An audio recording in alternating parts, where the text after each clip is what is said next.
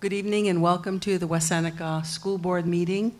We hope everybody's staying safe and is doing all the rules, going by all the rules that the governor has put in place, which he changes occasionally.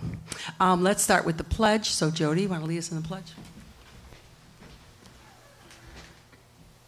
I pledge allegiance to the flag of the United States of America and to the republic for which it stands, one nation, under God, indivisible, with liberty and justice for all.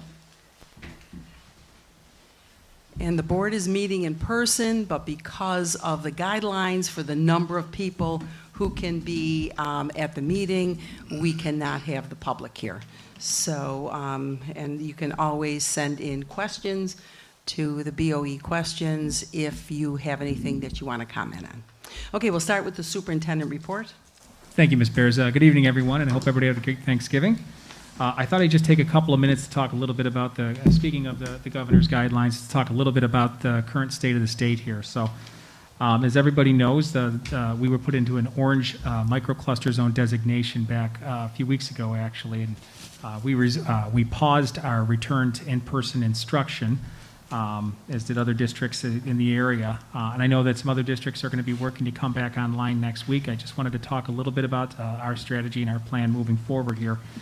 We will be sending out a communication to our staff and to our families tomorrow outlining that plan. As we communicated back a few weeks ago, we are going to be resuming in-person instruction after the holiday break, and we'll have more specifics tomorrow. It's going to be a phased-in approach as we had planned before. Just to get into, I guess, some of the guidance that was just released, because initially when the orange designation came out, the guidance said essentially that you had to go fully remote for 4 days, and then you had to test 100% of your population of each building, which would, basically that's all your students and staff, anybody that's in person. And I'm sure if anybody was watching on TV, that would be a difficult lift for any school district to accomplish. So some time passed, and last Monday the governor made an announcement that greatly relaxed some of the testing requirements for school districts in order to have people in person. And then Friday night, probably around 6 o'clock or so, 5, 6 o'clock, the guidance was actually released from the State Department of Health. So districts really couldn't take any action until that guidance came straight from the Department of Health. That's what you act on. The governor obviously indicated what his plans were. And from that point in time, I can tell you that we were in communication with other districts just to make sure we were fully understanding what that guidance said. And I think we have a pretty decent handle on it at this point. Essentially, if you are in an orange zone, microcluster zone designation, how this works out is that you have to test. You can start bringing students back in person. You have to test 20% of them over the course of a month. And they'd like you to spread that out a little bit, so it's not just 20% all in 1 week. So that's students and staff. So we have already sent out consent forms to our staff. We did that a couple of weeks ago, asking for their consent. And as far as students, tomorrow's communication will also have a consent form for our students as well, to be able to take to be tested for COVID-19. As we had said before, it's the Binax tests. It's not an invasive test. It is a nasal swab, but it's not one of the ones where they go right up your, really far up your nose or anything. So our understanding is it's not uncomfortable at all. And there's a video link included that's embedded with the communication we're going to be sending out, just so our families can see what that looks like. So, and the reason we're doing this, we're gearing up. We've applied for our limited service laboratory registration through the New York State Department of Health. We're just we've been in communication a little bit back and forth. Right now, they are very busy, what I'm being told, working with hospitals. So they will get back to us. I expect that'll be approved very soon for us, so that we can do that. We do anticipate. It seems likely that when we return after the holiday break, that we're probably going to have to do some degree of testing. So our nurses have been going through training to administer the tests. We've been working actually with Jackie Fowler, our assistant superintendent for exceptional education. She's been kind of quarterbacking this, working with our director of pupil services, Tracy Spagnolo, and our nurse coordinator, Linda Tebow, to develop a process for this. So some of this is going to be outlined in our letter that we're going to be sending out tomorrow to our families, but essentially we're going to be affording parents opportunities to be present for the testing. We're going to conduct the testing at different hours. We're trying to avoid having large quantities of parents come to our campuses while students are in session. So we have some other ideas to be able to get at that, but that's more information to come. So at the end of the day, we will be, no one's going to be forced to take any tests. We will be seeking consent. I just want to stress that because I know there was some concern by parents that we'd be forcing people to be tested, and that's not the case. So we need to hit 20% of the total population of the school. So essentially what you do is you take a look at the number of students that are going to be in person. On average, we had just under 20% of our students whose families opted to keep them in a fully remote model of instruction. And then you look at the staff as well. So, and it really can kind of be any combination of that. So we're hopeful that we can get that 20% that we need to in return, if indeed we need to do that. If for some reason we are in a red zone designation, obviously that indicates a higher level of concern. Any district can work to test out of that, so to speak, but you have to test 30% of your population, not just 20%. So again, more to come. Tomorrow we'll be sending out that letter to our families. So I'd just like to wish everybody happy holidays, Merry Christmas, and looking forward to 2021. So. Yep, get us out of 2020. Okay, for just a couple of dates for the board, on December 16th, we'll have a policy meeting. So we are constantly updating, and our clerk has been working diligently on this over the last year or so.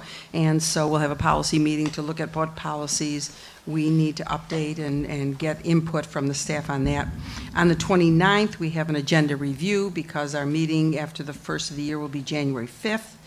Then on January 21st, the Erie County Association of School Boards has a legislative team meeting, and it's important for us to stay in touch with the legislature because of the possible cutting of funding and our transportation aid, which could be sort of in limbo, so we'll have to keep in touch with them for that. And then on January 26th, we have a work session where we are going to hear from the middle school and high school principals what BOCE stats are, and for the board to go through their goal progress. So those are some updating dates that we have. So we have 3 important presentations, not that none of our presentations are not important, but we have 3 presentations tonight, and the first one will be for our athletic department and physical ed. Marissa Felcara-Doherty, the director of physical ed, if you come up and let us know what's going on with the sports. Do you want the mask on? Okay, you might be able to hear me better. Yeah. Okay. Hello. Do you want an update on PE first, or do you want me to go right into athletics? PE is fine, you know. Okay. So I was here in August to present on phys ed and health. Not much has really changed from that. We did stay with our plan that I reported on. It is actually, it's not the ideal setting to do PE in at home, but it actually has gone quite smoothly. K through 5 is doing Google Classroom every once a week with their classrooms. They're being pretty creative, actually. They're using socks, folded up socks as a ball. They're using balloons as volleyballs. They're using towels. I've seen some classroom settings that are having the kids put towels down, pretend they're on a river, and they're scooting across instead of using a scooter. So they're being very creative that way. Each week, what the classroom teachers will do is they will log on. They'll do their Google Classroom for about 30 minutes. Then they will also present on their website an opportunity for the children that can't log on at that specific time.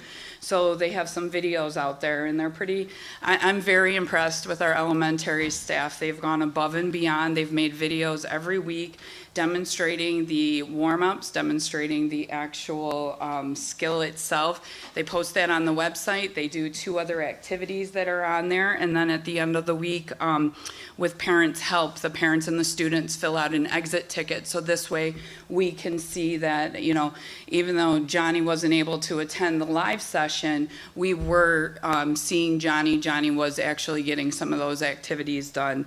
As far as middle school and high school PE and health, they are in their full regular schedules, so they are meeting with their students via Google Classroom every other day.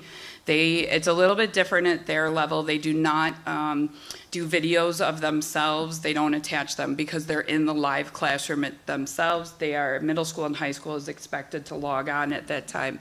So you can, when you jump into one of their Google Classrooms, what you'll see is the teachers doing some warm-ups with the students doing some warm-ups, some lessons. They do obviously use PowerPoint, and with their Google Classroom, they may demonstrate how to actually do the skill themselves, then show them click on a 5 or 10 minute video that can reinforce that, and then they'll have some work to do along with an exit ticket at the end. So it's not the ideal situation, but honestly for PE, it's gone great. I have to say, with a lot of Erie County schools having to go remote the past couple of weeks, we had a number of school districts that reached out to us to say, hey, what have you guys been doing? We heard it's going pretty well from fellow people. I sent them some of the stuff that our teachers were doing, and I got a ton of positive feedback just saying this is outstanding, this is great stuff that other districts are going to actually use when they transition back to a hybrid period. So I cannot speak enough about the K through 12 health and PE staff. We were, as a couple of weeks ago, we were preparing on how PE classes were going to look with transitioning back. We were set, we were ready to go. It was going to look a little different, but we were kind of going with the flow on that. And I think we had a good idea, especially at the elementary level. West side of town logistically was a little troublesome, a little worrisome for us just because of how big the west side of town is and the fact that we're limited pretty much to one gymnasium, not using a fitness center, the pool, that kind of stuff. But we are working out those kinks. So we'll continue to work on those. That's pretty much what I've been doing, working with the PE, figuring out exactly what our middle school and high school is going to look like when we return back. So, any questions on that? Okay. Obviously, the turf at East will add a huge opportunity for us, especially if we can get out there early March, early April. It gives us another space. So we're going to continue to look at those avenues. On to athletics. First of all, I would like, on behalf of the students, student athletes, and the coaches, to thank this Board of Education for your support in allowing us to have fall athletics this past season. It wasn't the ideal situation, but it was outstanding. We were able to offer 21 teams. We offered everything except for girls swimming. And lucky enough, we got accepted into the Niagara Frontier League, so we're moving our girls swimming season for East and West over to the Fall 2 season. We ended up having 7 teams at East, 9 teams at West, and then 5 district teams for a total of 21. On the east side of town, we had 121 athletes participate. On the west side of town, we had 212. Obviously, that's a lot different than the numbers you're used to, but we have to remember, due to the COVID rules with the governor moving of seasons, there were 12 teams that we didn't offer. I was very impressed with our roster sizes, especially because being the remote situation, our parents had to provide transportation to and from practices every day. And we actually, one of the stipulations we put in was to limit our roster sizes. And so we did, on 2 teams, have to make some cuts in that area. So I was very happy with the roster sizes. We did have a couple teams not qualify for postseason this year, but that was due to the COVID rules that were put in place. They went with a 500 record this time, and that was just for this season. But I think overall it was a very successful season. West Seneca did not have any games canceled due to COVID. We did have a couple instances where athletes had to quarantine, but that had nothing to do with when we talked to the tracers in the Erie County Health Department. That had nothing to do with our practices or our games. It actually had to do with a birthday party or a sibling coming home from college. We were actually praised, and I'm sure Mr. Bystrack had told you about it, but we were praised by the Erie County Health Department for all the measures we had in place for athletics every time we had to call them. So I was pretty pleased with that. We did move, as you know, all of our West varsity contests over to the East Stadium. So we took full advantage of the new East Stadium, and it was outstanding. I don't think there was a night that there wasn't an event at. We even were able to have marching band on there as well, and they were able to have their Saturday, I want to say it was a competition, but I think it was like an in-house competition. So it was really excited. We used it to every extent. We also worked out some of our kinks. We talked about scheduling. We know exactly what we're going to do. And then we were also able to start on the West project sooner than expected. So that was exciting. And we currently have 3 student athletes that have already signed their letters of intent for college for next year, 1 at Edinburgh, 1 at Lemoyne, and 1 at Penn State. And so those are our 3 early ones, and we will have more again in the winter. I just had another athlete contact me. She's signing with Niagara University. So that's a recap of the fall. Would you like the winter update? Okay, so your winter update is hot off the presses. I was in 3 different Zoom meetings today, one with the executive committee for Section 6. We did decide to move all winter sports, low, moderate, and high-risk sports to January 4th. Even though we have, there's several schools that are in the yellow or not even in a zone, we felt that it would be smart on Western New York's behalf to move the start of all sports to January 4th. That being said, just Rochester, we've spoken with their section. They actually did start low and moderate risk sports. They started it November 30th, except for cross country. So indoor track. So we've been keeping an eye on several areas, but all sports have been moved to January 4th. There is a state meeting tomorrow from our executive director for New York State, Robert Zayas. He's going to meet with the executive directors for all the sections. I'm expecting that we're going to hear a little bit about the high-risk sports, which would be your wrestling, your indoor track, your basketball, and your ice hockey. The governor's, I guess his financial director, who's somehow in charge of athletics, last week had mentioned that with the numbers on the rise, he wasn't looking at adding certain sports to start just yet. So right now we're looking at probably having low and moderate sports start January 4th, possibility of the higher risk sports a little bit later in January. With that being said, I'm expecting some announcement this week, honestly, that'll talk about winter state championships. So in one of my meetings today, we also talked about some of those sports of what we could do to help ease the minds of boards of education as well as superintendents and parents of almost a harm reduction model. Our league, which is Erie County ECIC League, we did vote for bowling. We're looking at reducing the numbers. Usually when you bowl, it's 4-on-4. We're looking at reducing the numbers 3-on-3. So this way, in you have your 2 lanes. We only have 6 people there now instead of your normal 8. So instead of traveling with 12 for a competition, and actually if you go to bowling events, there's a ton of kids, we would look at 9 to reduce that. Basketball, one of the proposals out there that I'm working on is typically, if you look at a basketball season, West Seneca would play, let's say, Lancaster maybe week 1. Well, you wouldn't play Lancaster again until like week 10.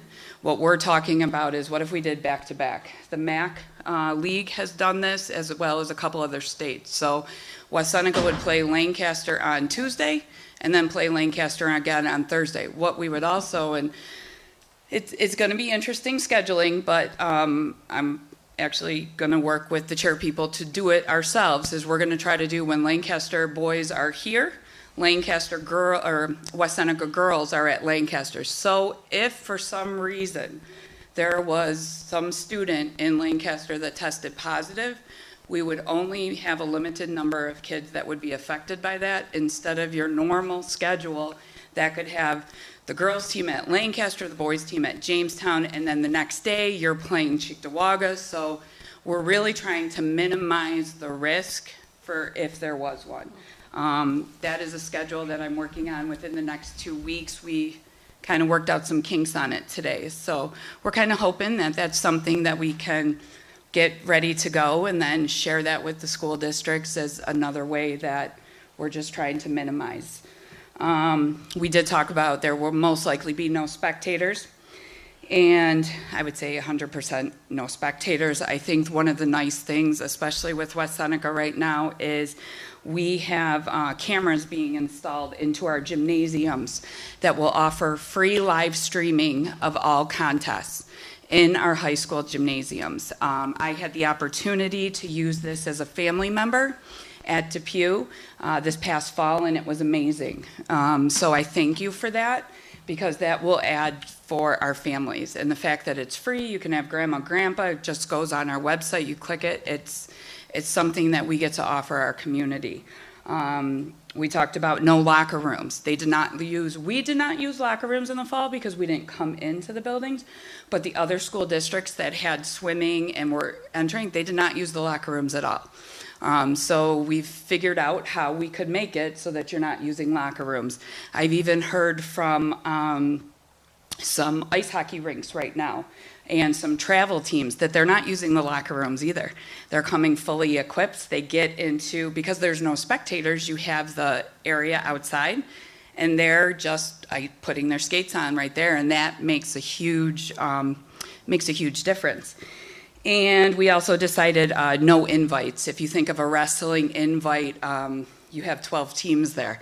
There will not be invites this year. We are not hosting our West Seneca tournament.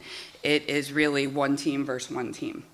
So those are the things that we've talked about at length that we would put forward. Some of them are section-wide, and some of them are just league-wide, which is most of our opponents. I would love questions. Yes.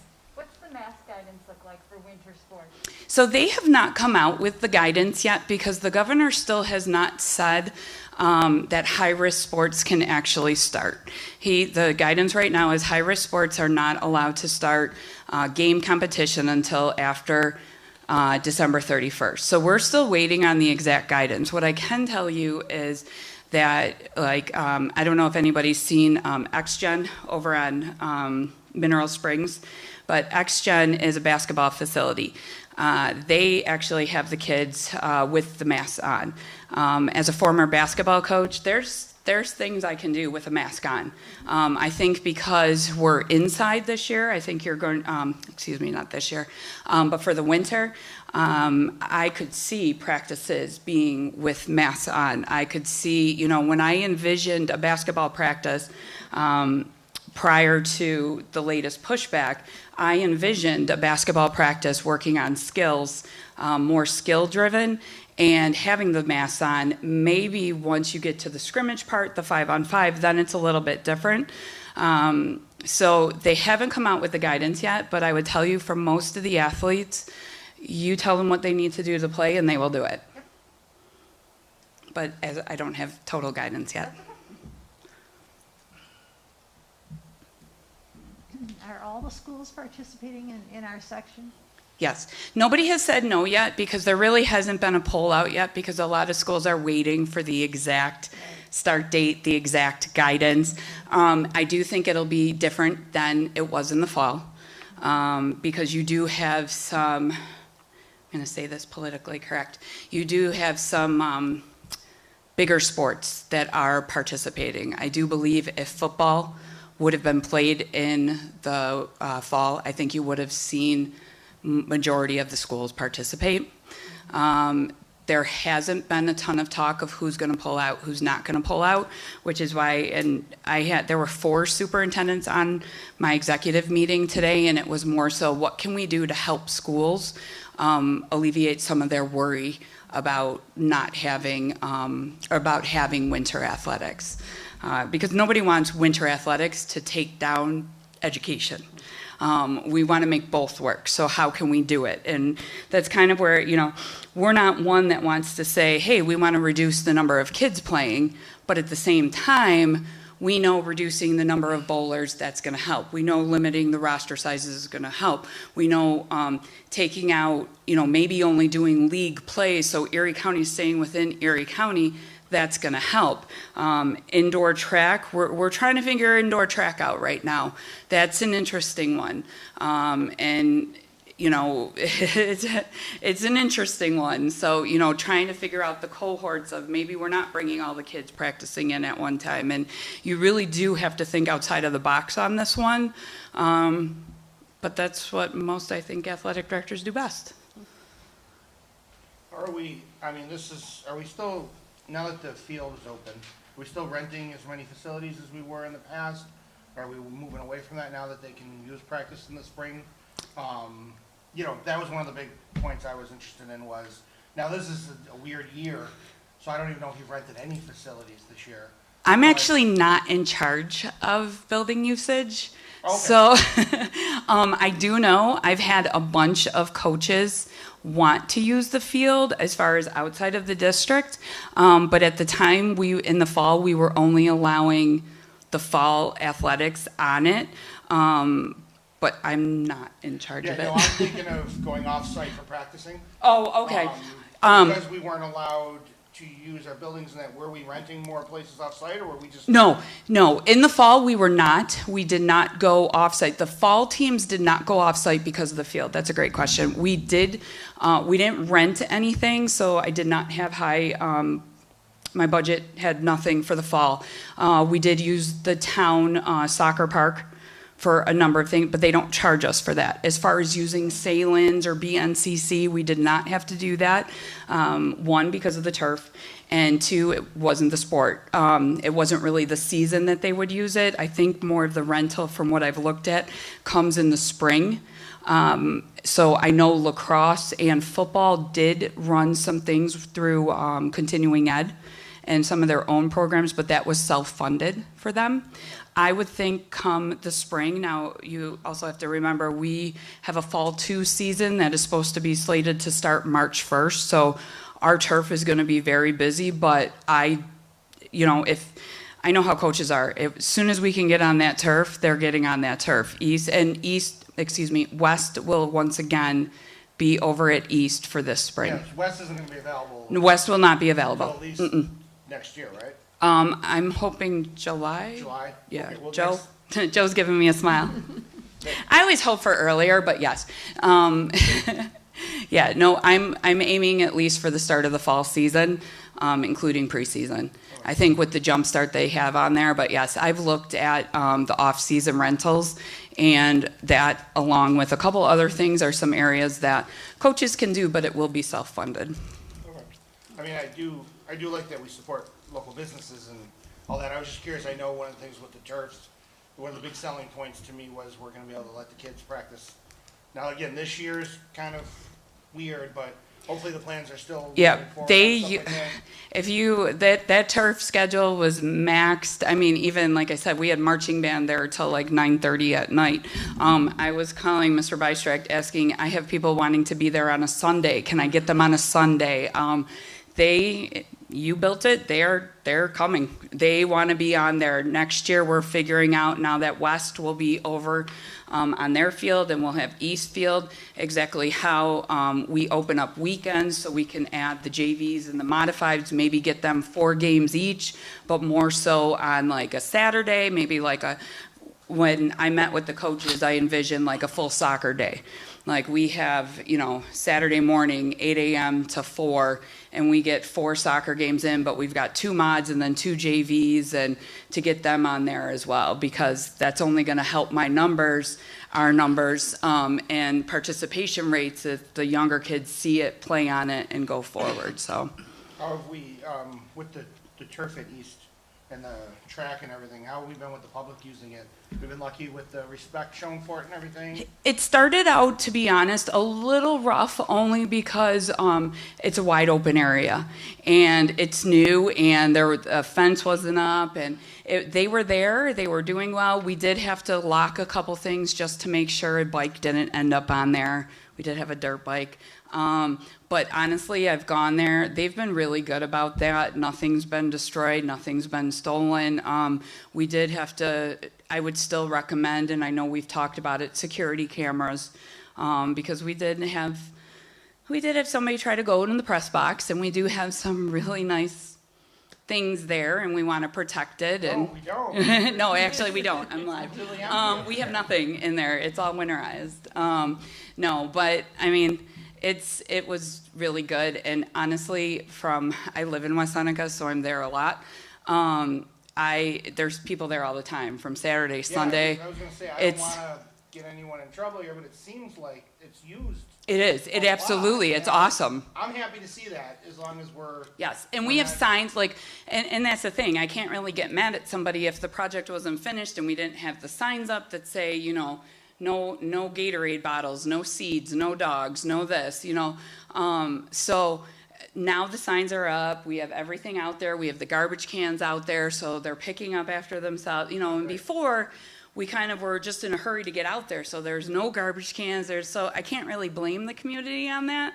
But I do feel like they're definitely using it, and I like that. It's great, and I think they're respecting it. Seems to be a lot of walkers. There's a lot of walkers, and it is kind of funny to go there during the day and see. It's almost like 20-year-olds like on there, you know, throwing a football. And to me, you know, when you drive through Hamburg, that's what you see, their community out on the turf. So I think it's an awesome project. Everybody seems to love it. And I spoke to another person. We had a lot of compliments.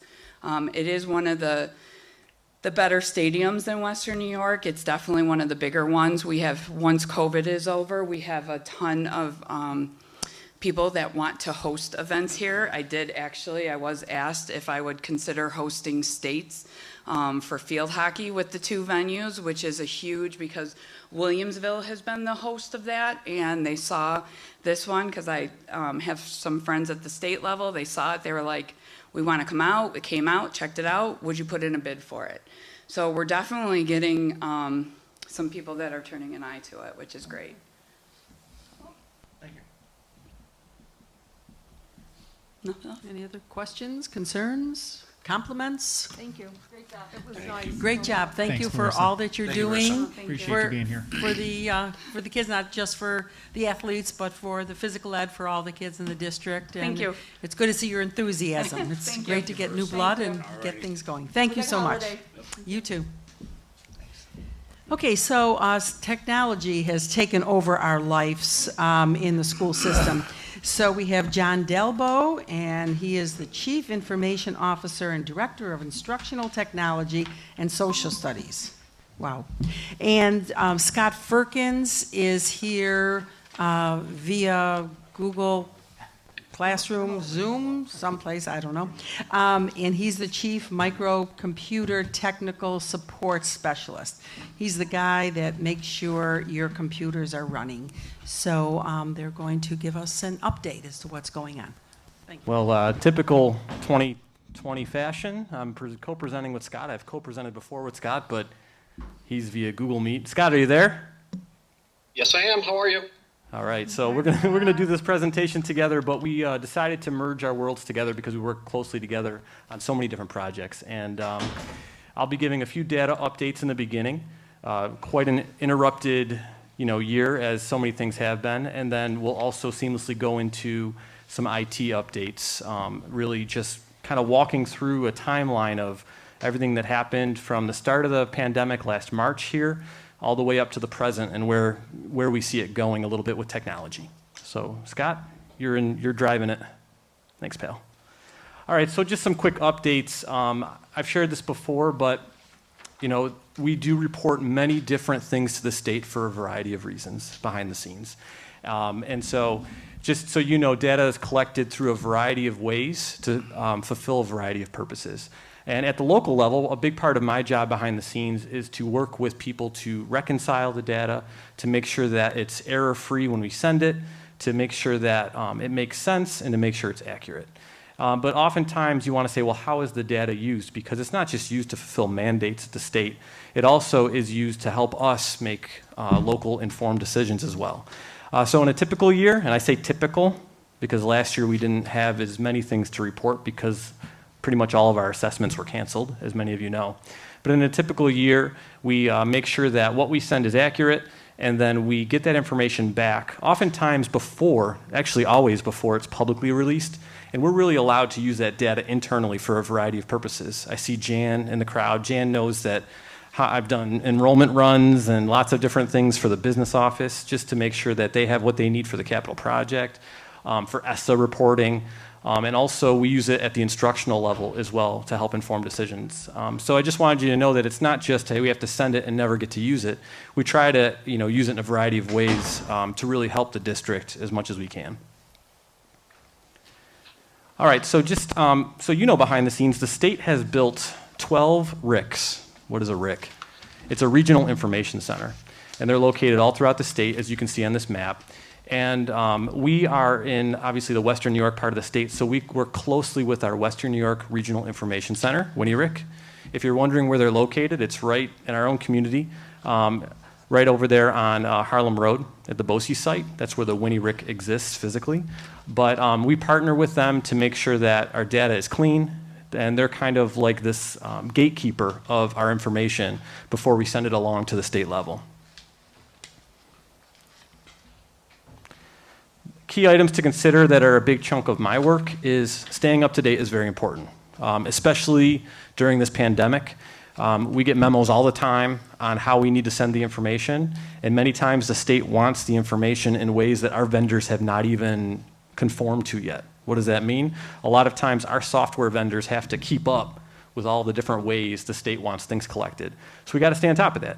A great example from last year is that we had many exams canceled, especially for regions, so we had to sort through with the guidance counselors and with a team of people to make sure that the kids who were slated to get regents exemptions, that we made sure that that was logged with the state appropriately. So that's just one example of how we had to pivot and change really quickly. And that's why I put in the second bullet, it's a team sport. It's not just a John Dalbo show. There are so many dedicated people, and I just want to publicly thank the clerical, guidance counselors, principals, Sandy Rizzo, best secretary on the planet, my secretary. We just want to thank them because it takes a real team to get this data right. We send over around 127 data points between staff and students to the state for a variety of reasons. So multiply that by 6,500 kids, 550 staff members. It's a lot of information. And so clean data helps support our informed decisions, but it's not just me looking at reports. We have a lot of eyes on reports before I sit down with Mr. Bystruck in August and we certify those reports. So really proud of the work that this team does, and just really very grateful to be in a place that really supports good, accurate data practices.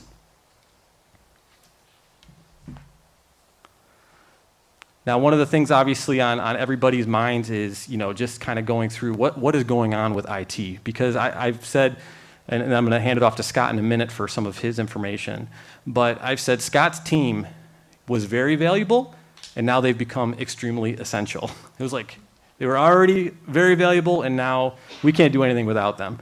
And so really we kind of just have a table of contents of how we're going to walk through some of the things that we've done and Scott's team has done with instructional tech and informational tech. We've really worked closely together because it's kind of a two-headed monster of support.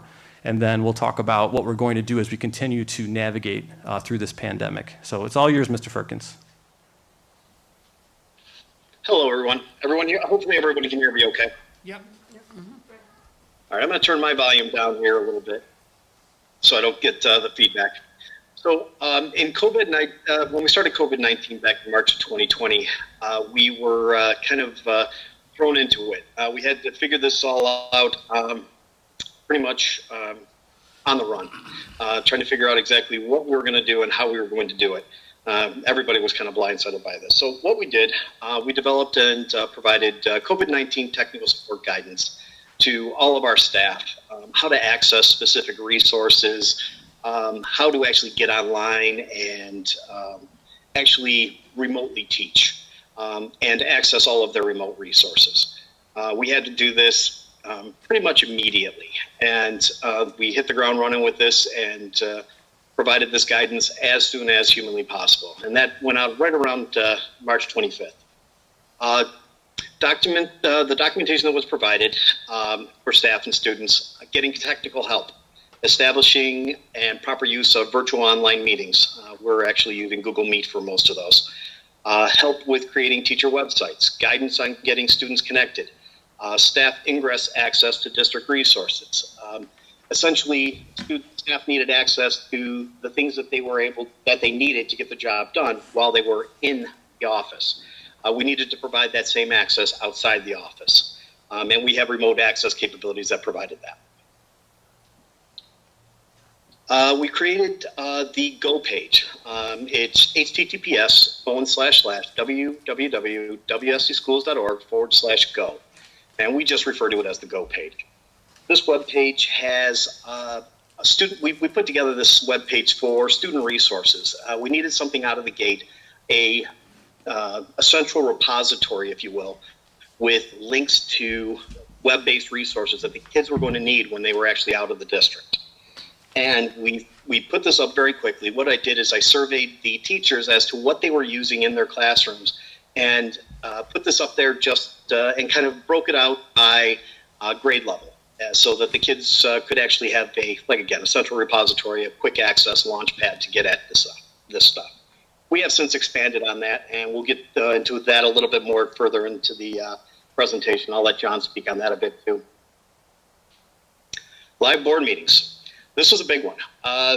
This was a work in progress out of the gate, and I have to thank Jeff Pacer for a vast majority of this. What he has done with this is nothing short of a yeoman's feat. This was amazing.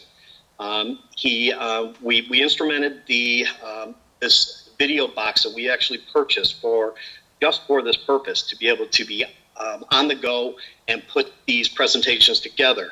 Jeff put this together, got it all configured, and it's running really well right now. We have instrumented and implemented broadcast quality live stream board meetings, along with the professional level editing that Jeff provides. I don't know if anyone's I'm sure you all have watched these presentations, but they are amazing what he has done with this. I've had actually other school districts saying, and actually some corporations that have talked to me and said, wow, who is doing that? That is amazing. So just kudos to Jeff for everything he's doing. And our IT department, what they have done with this, and making sure it's all up and running every week and providing those links on the website. Can't say enough about it. Real-time incorporated presentations, that's another big thing. We're doing it right now. Just before I go any further, I should have actually started out with this, but all of this being said, before I get to the next slide, I want to just send a shout out to all of our administrators, all of our IT personnel, AV, buildings and grounds, and without leaving anybody out, everybody has been a part of this. And the deployment of the emergency deployment of Chromebooks and the continued support of these devices is just, the way people came together and got this done was absolutely amazing. So, and that's a segue into this next slide. So, emergency Chromebook deployment. At the advent of COVID, we began an emergency deployment of Chromebooks. We pretty much hit the ground running saying, we have to get these kids something. What do we have? Well, we've got the Chromebooks that we have in our carts that we use, that we push into classrooms. What we did, we had approximately 50 carts. We dismantled those carts. That was about 1,800 plus devices and their adapters. So these adapters are actually snaked inside of all of these carts. So our CSAs, our computer support assistants, Jeff, who's actually there in the audience right now, was one of the fellows that was there ripping these things apart. Rich and also Chris. They went through these things, gutted these things, pulled out all the adapters. got these devices cleaned, sanitized, prepared to redeploy to our kids. And it was just another an unbelievable feat to get this done. 1,800 devices, pulling them out of carts, getting them prepared to put back out there, preparing the paperwork for parents to sign, all that. It's just, it was an unbelievable feat. And I can't say enough about our crew. Just one point to note, each deployment was handled with very minimal physical contact. The parents were actually interviewed. What we did is we would set up Chromebooks out in the parking lot.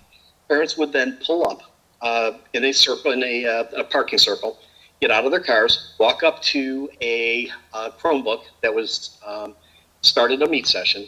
We had our folks sitting inside of the foyer of the buildings that they were in, and we would actually interview the parents and make sure that we were talking to who we were supposed to be talking to and provide the device. The closeness, the actual, we actually maintained the social distancing to the very best that we possibly could. In fact, it was much more than 6 feet. We would set the device down, walk away from the device, the parent would pick it up. The dates of these emergency deployments. So 4-3 at West Middle was for our teacher pickups. We did those first. We had a few teachers that didn't have devices at home that absolutely needed them. We wanted to make sure we had it in the teachers' hands first so that we could actually start the meet sessions that we needed for remote teaching. So first and foremost, we wanted to get them in the teacher's hand. 4-9, 4-10, we had deployments at both East Senior and West Middle for student pickup. So that was the first deployment. 4-17 at West Middle with student pickups. We actually had 3 available time slots for parents who had to work and other reasons. 4-24, we also had some separate ones at Garden Village, Slate Creek, and the Cambridge Square Apartments. We wanted to make sure that we gave everybody the opportunity to actually pick up these devices. And we have a lot of kids that are all that live actually in those areas, and it made more sense to us to actually set up in these areas, just to make it easier on the parents and the kids to get those devices. On 5-4, we actually went through and did just reservations. We set up a Google sheet and said people reserve the remaining devices. And I'm not sure the exact amount, but I think we had about 300 devices left. I turned on the reservation process, and literally all the reservations were taken within 5 minutes. So we had 300 reservations within 5 minutes. Based upon those reservations on 5-4, we had the parents pick those up. Recollection of devices. So after we handed these all out, we needed to get them back, get them what's called reimaging, or prepared to get them out to other folks. So we had pickups or a recollection of those devices on June 18th, June 25th, and July 2nd. We received and inventoried all those incoming devices in real time. So we were checking them in as they were coming in. Next came our 1-for-1 for students, which was the next step. Preemptively, we knew this was coming. We knew we needed to get something in place immediately to provide for all of our kids, not just 1,800. We have about 6,500 kids in district, so we needed to make up the difference. We preemptively arranged for acquisition of an additional 5,278 Chromebooks. This afforded us the ability to start 2021 with a one-to-one initiative for all teachers and students. This is quite a big thing. There are many districts in the area that were unable to provide that one-to-one initiative or the one-to-one deployment just because they ran out of stock. We happened to get in just right at the right time. We were able to get those 5,200 devices, and we were able to deploy one-to-one for all of our students and teachers. I just want to interrupt Scott and just say we thank the board so much for supporting that large purchase when you did, because many, like he said, many districts, there's like a national shortage in Chromebooks, and so it was such a huge benefit for our students to have those devices one-to-one ready to go without waiting for orders to be fulfilled. So just thank you so much for that support. Okay. Thanks, John. So now the preparation of these devices. 7,000 devices, 7,000 plus devices is a lot of computers, a lot of computers. Each device had to be unpacked, inventoried, imaged, sanitized. That's for the new devices. We also had to do the exact same thing for those 1,800 devices that came back. We had to re-clean them again, image them again, sanitize them, and then re-inventory them. We penned all of the documentation to accompany each device so that all the kids and parents needed to do is open the device, and they had a sheet of paper in there that explained to them exactly what they needed to do to get on, log onto the device, and use the remote sessions. Once complete, each device was moved from Ebenezer to each of the respective buildings for deployment. This took about 3 days, which, okay, it doesn't sound like a lot. Through 7,000 devices. Wait to see the pictures on my next slides. And I want to thank Wayne and the guys at Grounds, and again, the folks in my department that actually helped pack these up. We were packing up bins with 30 plus computers in them and bringing them to the buildings that that we were going to be deploying from. So here's the picture of all of the devices that we had received. That's the 5,000 devices right there. Here's another picture of all the 5,000 devices once we got them configured.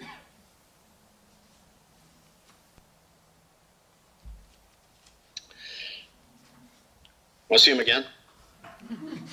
I think that's pretty impressive. Ask Jeff in the back how impressive it was. He had to touch every one of those. I think the going thing for these was each one of these devices was at least touched 7 different times. So it's more than just that one time. There was a lot of work that went into these. A lot of hand washing with that, right, Scott? And secondary deployment, 3,000 plus devices. So staff deployment to teachers were provided devices first. They were able to be picked up at Ebenezer before the start of school. So the teachers hit the ground running. They had all the devices that they needed to come right out of the gate and start.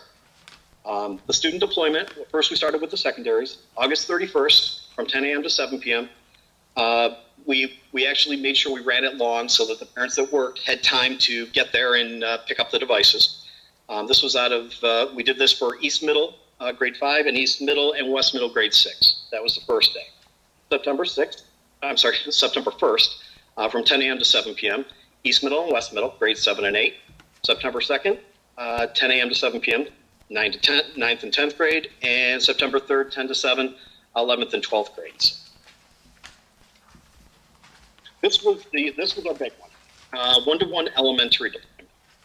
So here's where the 3,000 devices were deployed by all members of the IT department and countless members of our teaching and admin staff. Everybody helped. There was a little frustration, I think, in some of the buildings, just because we did this in one day. One day we deployed 3,000 devices. Oh, I still don't know how we did. So, but from 9 a.m. to 12 p.m., we did Allendale and Northwood, grades pre-K through 2, and West Elementary Winchester. Well, I'm not going to read the whole thing, but essentially, all of our elementary schools were done in one day. And it was just an amazing feat, amazing. Pick-up deployment. For the folks that were unable to pick up devices, we set up another date. 9/11 was one final date for people who just couldn't make it to any of those pickups. When we made provisioning, and that was out of our Ebenezer building where we allowed anybody in that hadn't gotten one yet to just drive through and pick them up at Ebenezer. Preparing for this deployment, signage was put up in each deployment area directing traffic. Thank you, John. John and I actually had the police called on us because they thought we were robbing Winchester. We were out putting out signs at about midnight, and somebody called the police on us. So each location was set up with tables and Wi-Fi for deployment. All devices were assigned to students in real time before the device even left the building. So every student had a device assigned to them, and we knew exactly who was getting what. Each device had an associated paperwork pre-printed and ready for parents. Scott, I'm just going to interrupt you for a second. Luckily, that was our first elementary that we were doing at night, so we were smart enough to tell the police officers, hey, listen, we're going to put up signs at a few other elementaries if you get some calls. So, but no, it was, it was a lot of work, and I just kudos to Scott for thinking through all these logistics with his team, because you had to do this all while maintaining a level of social distance, right? So that's the challenge. It wasn't just here's a Chromebook, someone handing it to you at the door. People were spaced out, and we did our best to help with that crowd. So just kudos to Scott and his team for all the logistics. Well, thanks, John. Okay, so to this end, we also established ongoing family support. We established a Chromebook pickup hotline for families that were unable to pick up devices during any of our prearranged pickup days. So it's just a phone number they would call, leave a message, and we would get back to them and provide devices for pickup and or repair. And we still continue with that line today for repairs and other tech support issues. We continue to support families with technology concerns with, like I said, that man hotline, along with our student help desk that we've also got. On the other side, too, we also realized that we couldn't just make a go page in March and think that would be enough for staff. So we needed to provide some ongoing staff support, because I could tell you that it was like we had 550 new teachers in New Teacher Academy this year, right? No one really prepared you back in college whenever you went to teach in a remote environment. And so these are some of the things, just some bullet points of some of the things we've been working on with our teachers to help them along the way, even in the relaunch of this school year. So professional development initiatives have really been aligned to obviously be technology heavy this year. Just kudos to our West Seneca Teacher Center. We have Kristen Frawley and Pat Braunscheidel, really with Pat Braunscheidel as our Teacher Center Director, and Kristen's on the policy board along with many other dedicated individuals. They've really created lots of great Teacher Center courses that are just technology driven. I forgot to mention too, a shout out to Jason Marchioli, who is on the Curriculum Cabinet for Professional Development, really helping out with those initiatives. The Go page was completely revamped with different sections. We even made a section for staff that new articles are being added as we open up new technologies. So it's not just a stagnant page. Staff can go back if we are able to purchase some new software along the way that we're still doing. They can see an article on it so they can use it right away. The staff help desk continues to be a source where Scott's team can support staff. And then also, a shout out to Torrance Jones, who is our elementary tech integrator. He went above and beyond during this whole pandemic and continues to do great work. But he created a series of family videos. I don't know if you saw those in the family section of the Go page. They're still there to help families navigate how to get on a Google Meet, how to navigate Google Classroom, lots of different videos. So Torrance Jones actually produced some great, we call them like Family Academy videos for parents as well who are new to this, just like our teachers were. And I want to Corey. Corey's absolutely amazing. Couldn't have done it without him. Another big thing that was quite a change, but this is an example of us learning from last spring. We completely migrated our whole email system over to Gmail, along with our calendar system. We were originally on another product before. And one of the things that we learned from last spring as teachers were using Google Classroom is that if they wanted to send a message out or if they wanted it integrated, it wouldn't go to an email account because we weren't on Gmail for the students. We just weren't there yet. And so over the summer, it was a little bit of a learning curve for people, but now they're used to it. We switched over to Gmail just in time for the school year to start, so that when all these invites went out for Google Classroom, you probably didn't notice it if you're a parent, it was seamless, but when all these invites went out, all of a sudden it would go to the right email place for kids to communicate. So we really learned a lot from the spring as we even tried. There's a big difference between emergency remote instruction and then planned remote instruction. Huge difference. We had kind of an emergency situation last spring, and while we're still in a pandemic, of course, there was a lot more thought that went into the relaunch of remote instruction for this 2021 school year so far. But we haven't been without a speed bumps.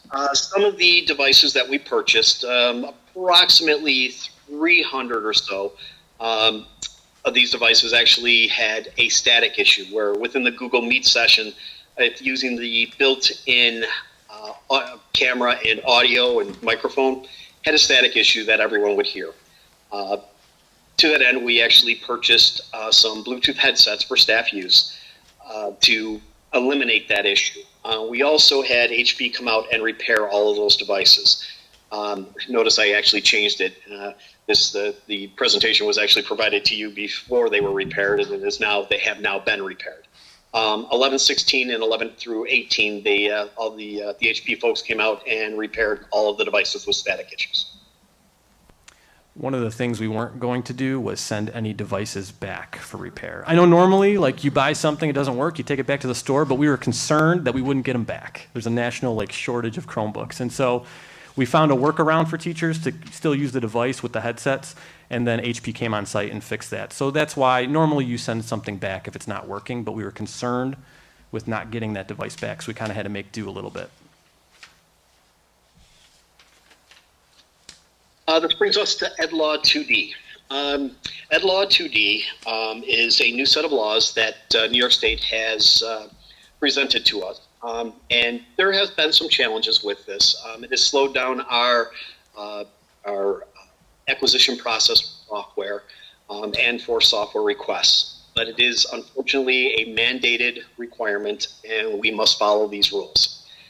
We continue to work to ensure the compliance with with these new laws. And to that end, a policy has been posted on the district website. We continue to update our software list as we receive signed documents from vendors. And the website for that is listed below. And we work to update new requests as they come in. But there's a lot of legwork, and there's a lot of hoops that you have to jump for this to make it work the way that New York State has it designed. But it is a work in progress, but we are working to streamline it as much as possible. Anything you want to add there, John? No, I would just say this gives our teachers we also have listed this software list at our Go page so that we can point teachers to approved software, right, that they can use in their classrooms, because it's one of those pieces where they want to know what is open, what they can use, and so we continually update a software list where teachers know what's available to them to use in their classroom.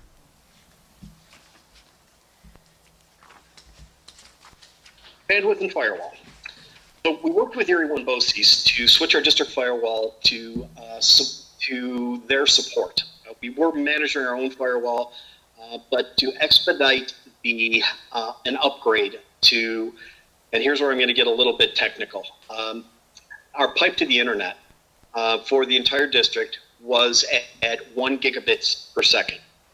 We have since doubled that to 2 gigabits per second. And we are actually on track to upgrade it to 5 gigabits per second in the very near future. It has doubled the amount of bandwidth that we have to the internet, which is required to run all these meet sessions. When we were at 1 gigabytes per second, we were actually bumping off the threshold, and we'd be trying to reach over that 1 gigabyte per second. So we absolutely needed that 2 gigs.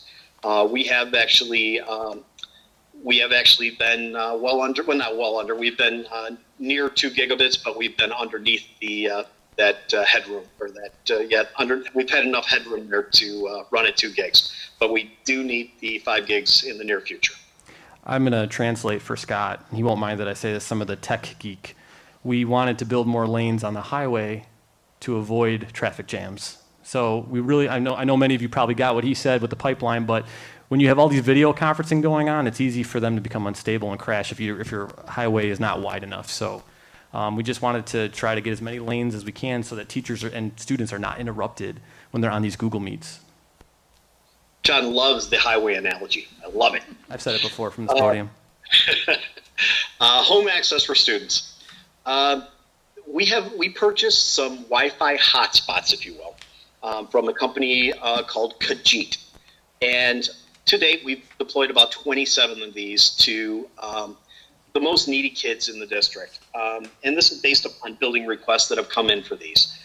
We have a few more left, but we're also looking at another vendor to provide internet for other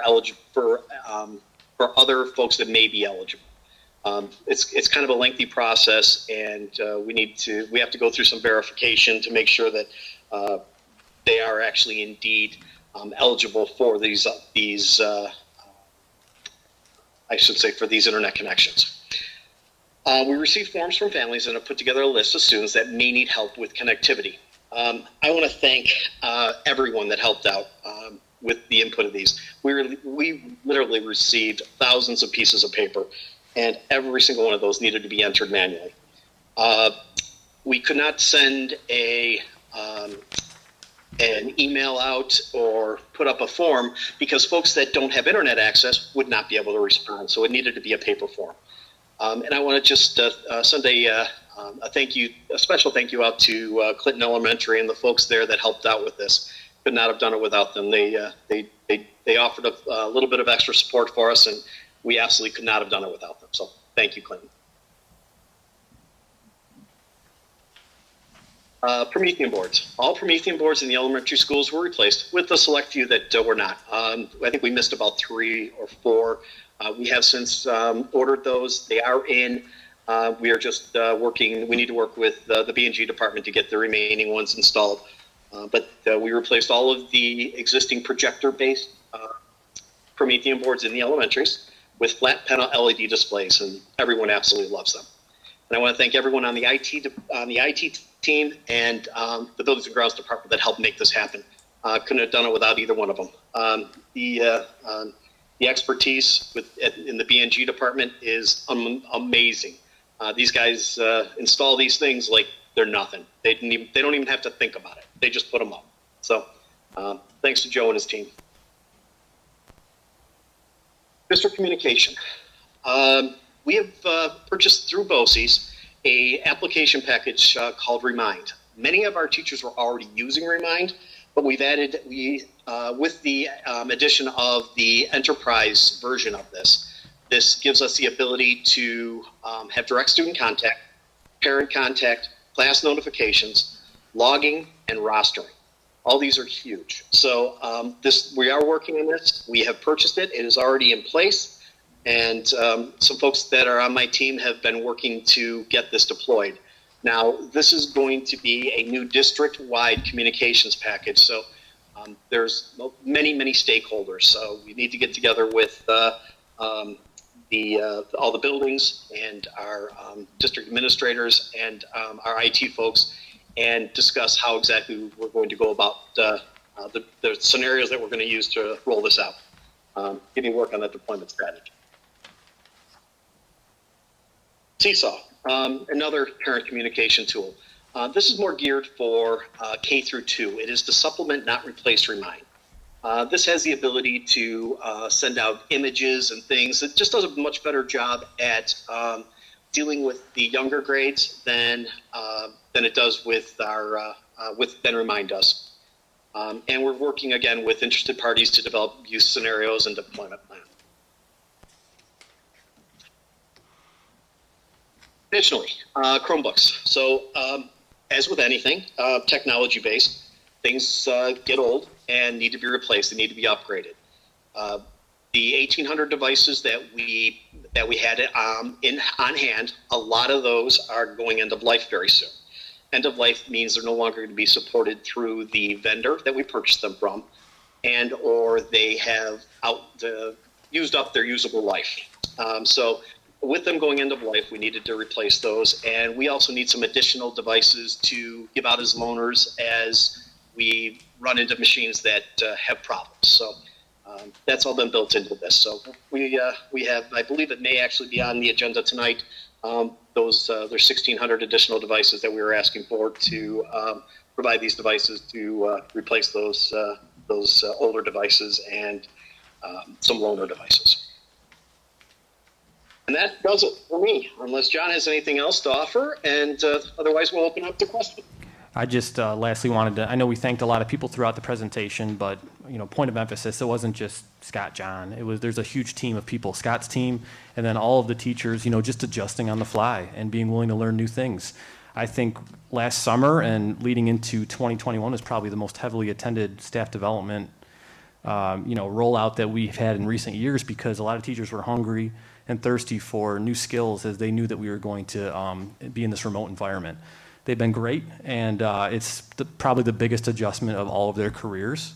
And so I remember the first week of school, I was walking some of the buildings, and it was weird because there weren't students there. However, it was really neat when they flipped the switch and you hear teaching going on.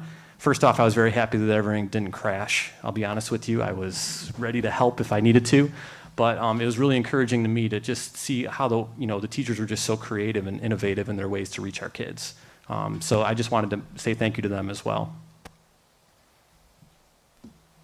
And I second that, John. This again, I can't say enough about my crew, but this really was a district-wide effort. Everything that happened. I think we were all blindsided by this, and just that's one of the great things about West Seneca Schools. I've been here for coming on 21 years, and just everybody works together. It's one cohesive, great thing, and it's just I'm proud to work here. There's no other way to say it. It's just when things need to get done, they get them done. So if you have a question for Scott, just make sure, or me, but just make sure you're talking to your mic, because Scott has to pick up the audio from that. But yeah, we can field any questions, either instructional tech or network tech that you might have for us. Hey, John, can you do me one favor? Can you drop the lid of the Chromebook down a little bit? Because I'm looking at that projector. I love looking at our technology, but there we go. All right, I got a question for Scott. Scott, it's Larry. How you doing? Good, Larry. How are you? All right, listen, what I'm looking at is the recollection of devices. Yep. What was our return rate? Out of all of the devices that we handed out, I think we're down to about 200, 250 devices that we are still missing. Okay. And I had one more for you. How many were repaired that were broken during? I don't know, because that's been an ongoing process. The repairs, there's no way for me to track that. I'd have to go back on our help desk and look at all those. Okay. Thank you. Sure.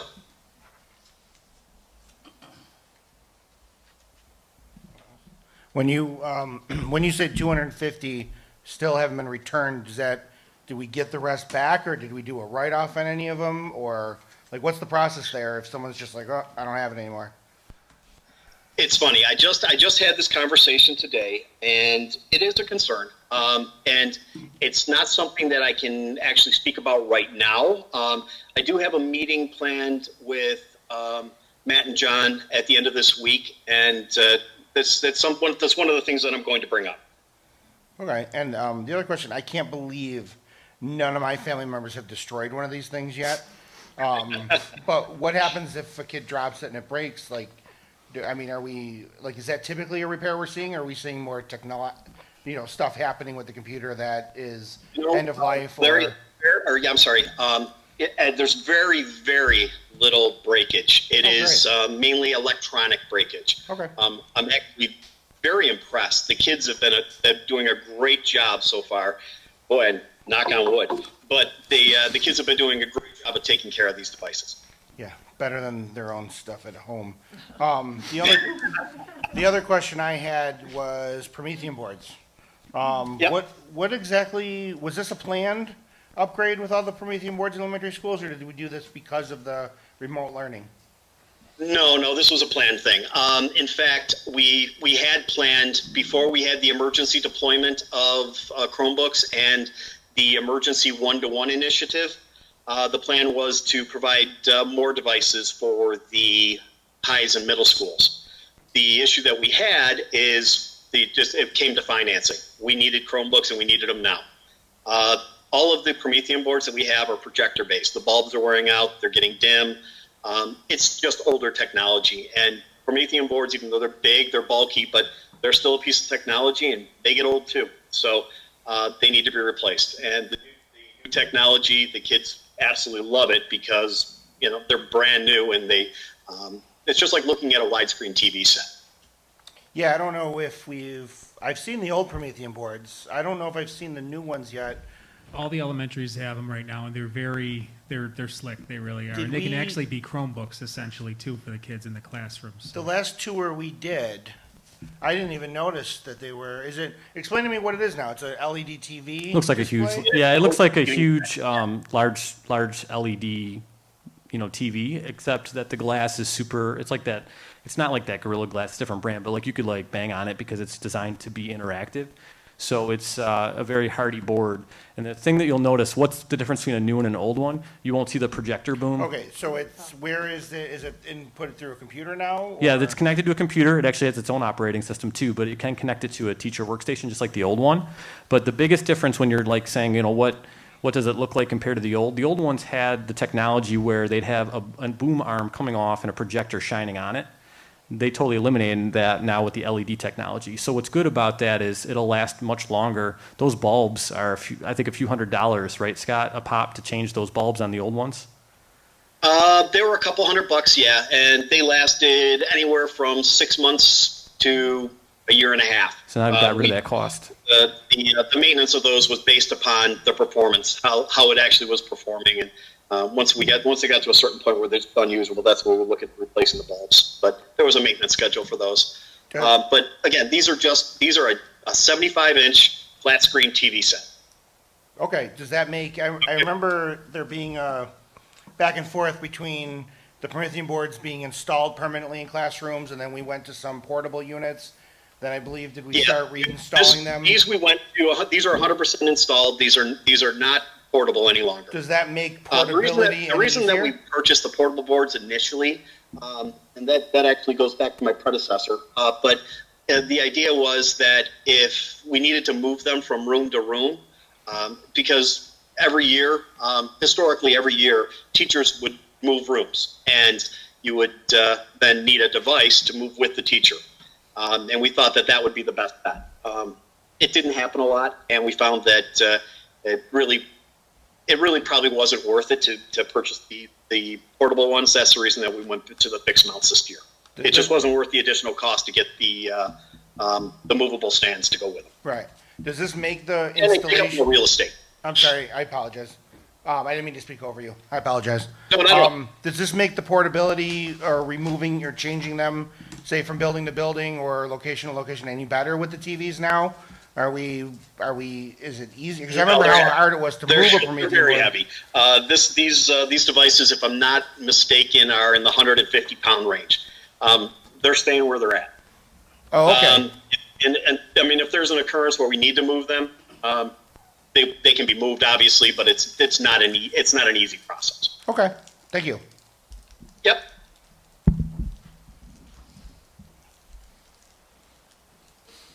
Any other questions? Thank you. Okay, Uh, thank you very Diane, much. if I could just add really quick too, I mean, I'm just to say, there's nobody's life who works in this district that hasn't been affected pretty significantly by the pandemic, but I have to say, I mean, the IT department and our, technology integration, I mean, these obviously came right to the forefront. We really expedited the process of going one-to-one. Normally, this is something you would do over a few years, and Scott and John always say the easy part's getting the devices, the tough part's really building the infrastructure to support them, so. I mean, everybody really, it was all hands-on-deck effort, but I have to say these two guys really did, their leadership throughout this whole process has been very remarkable. So I just want to say thank you as well. So thank you. Thank you, Matt. And I hope Thank you, everyone. I hope when everybody at home goes on with their students tomorrow, go on, and they listen to this and see how much really went into you just turning on that device and expecting the teacher to be there. There's a lot of pre-work that went on for months, so hope you appreciate that now. Thank you so much. Thank you. Thank you. Thank you. Thanks, guys. Have a good night.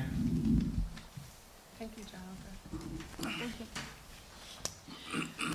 Okay, and because there's a lot of dollar signs involved in all this, we thought we would have the Finance Department come up and give us some updates as to, what we can expect in the future. So Jan Lewandowski, our Assistant Manager of Finance and Computer Services, will come up with Brian Scholes, our Treasurer, to give us some information on how we're doing financially.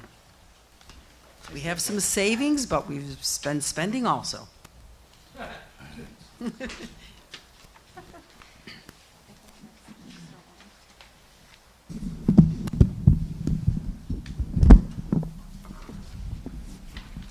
think think I project as well as Mr. Schultz does. Thanks a lot. Good evening, everybody. Nice to see everyone.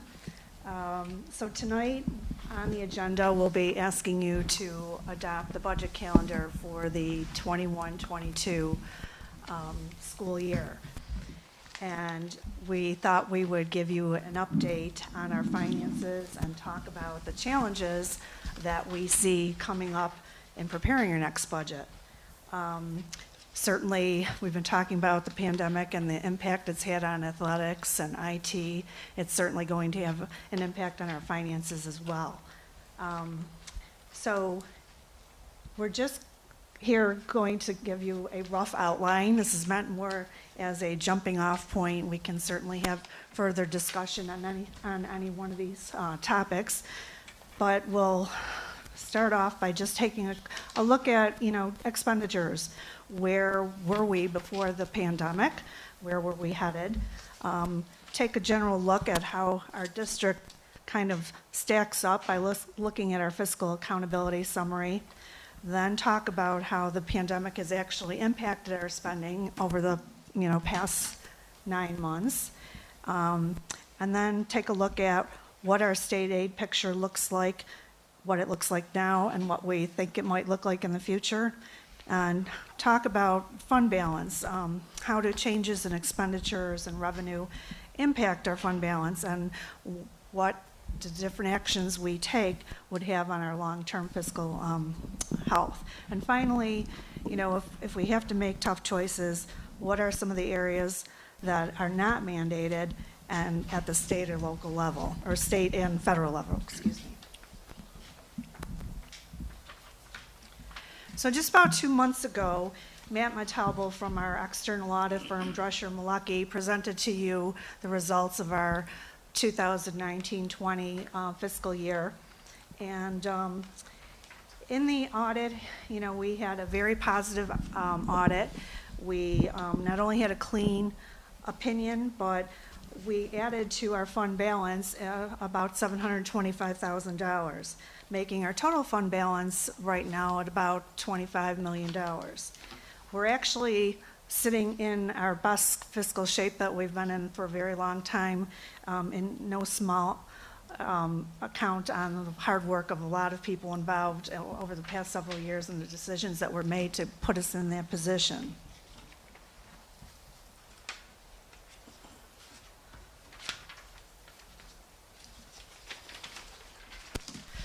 So one of the schedules that he shared at that time, and I know it's kind of difficult to tell, these are colored, but you can't really tell, but the top one represents our revenue trends over the past several years. And the bottom one is representing, our expenditures and our spending of funds.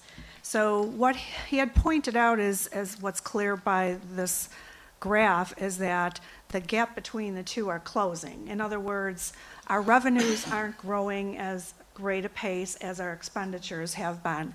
So we were certainly aware that, by some of our actions, adding staff in strategic areas and things that we've done, that, our spending was starting to increase in comparison to the lack of growth on the revenue side.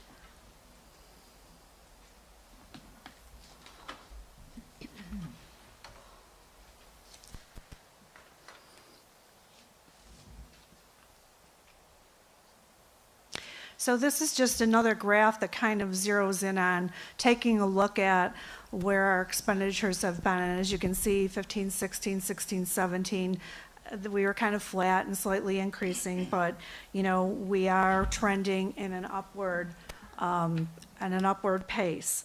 And continuing in that pattern, we were looking at starting to utilize some of our fund balance. In fact, we had appropriated about $5 million in fund balance in our 2021 our budget.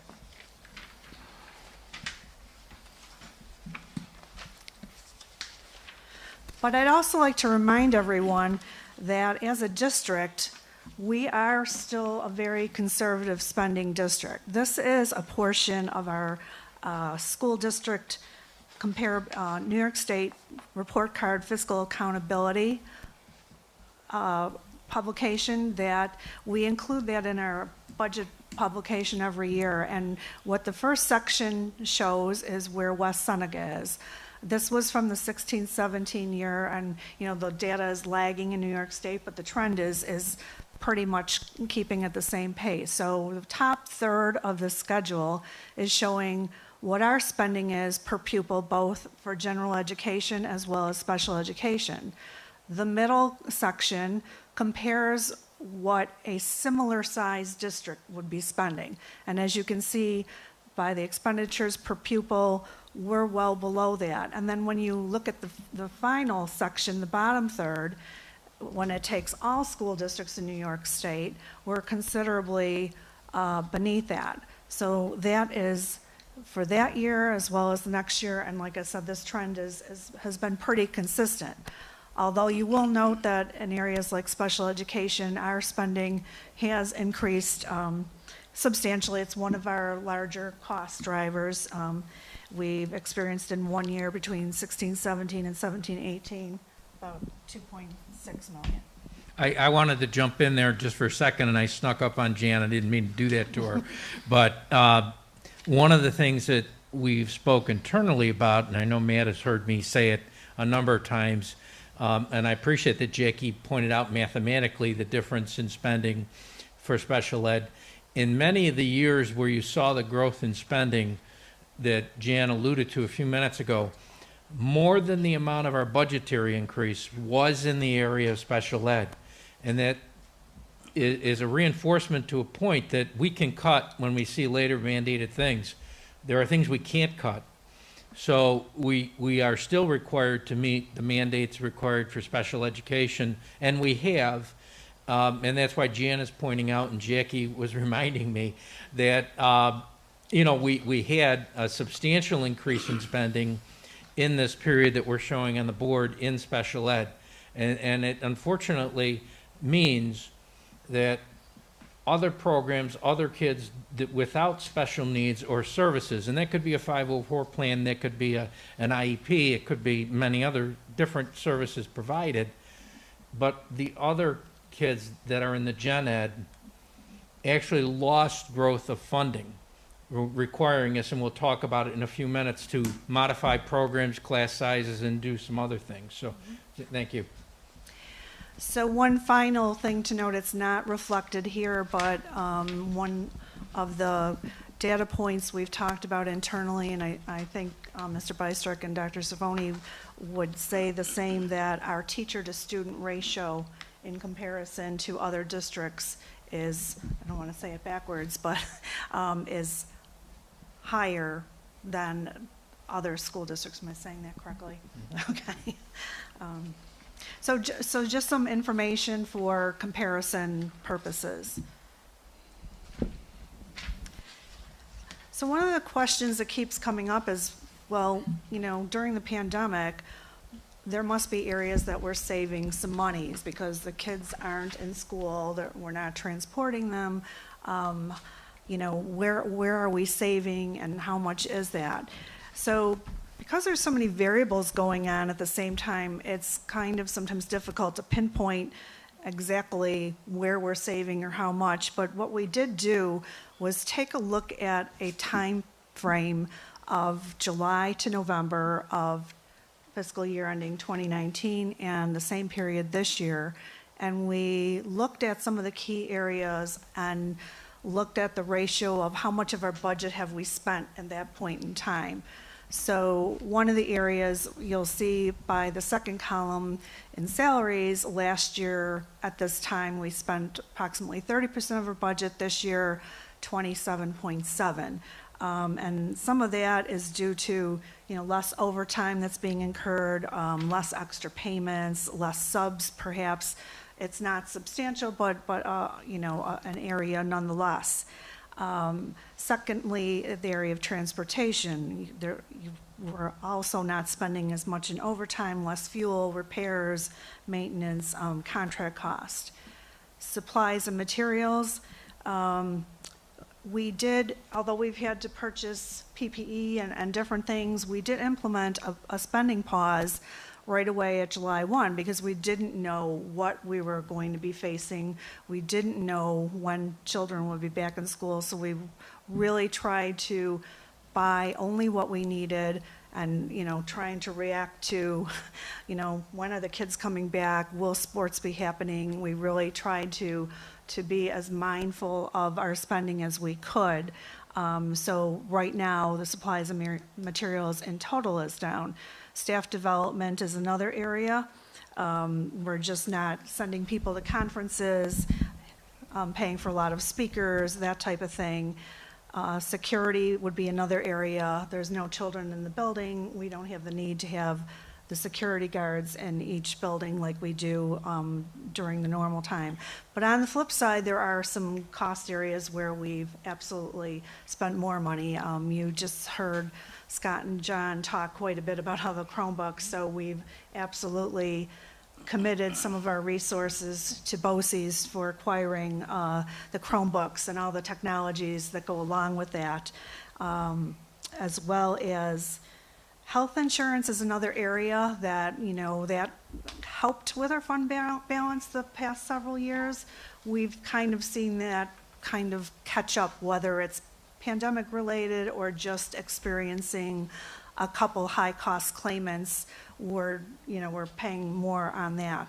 So the other thing we're seeing is an increase in our ERS and TRS rates. So that's another cost that kind of balances. So I hope that gives you at least an idea of where some of the potential savings are. We don't really have a real trend to compare a pandemic to, so, we look at it, but it's only as good as today. You couldn't go back to 1918? I was going to say 100 years, you don't have that data? Wait a minute here. You may look old, but we're not.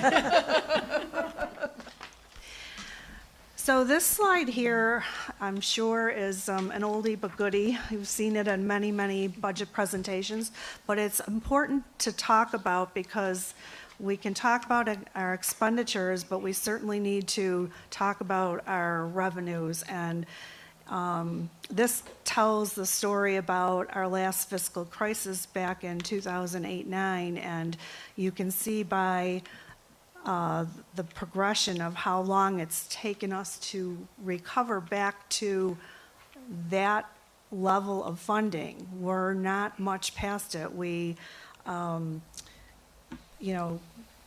only didn't exceed, we didn't get the annual growth that we normally experience besides just trying to recover back to the levels that we had.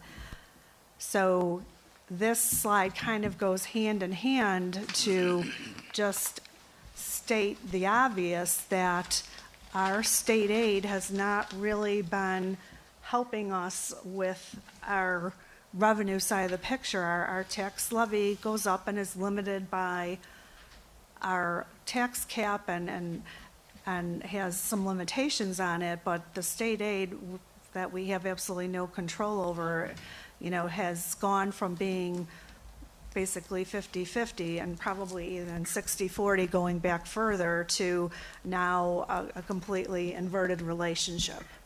And in this analysis, as we move forward and talk about fund balance and taxes and other good things, we're hoping to hit close to $50 million for 2021.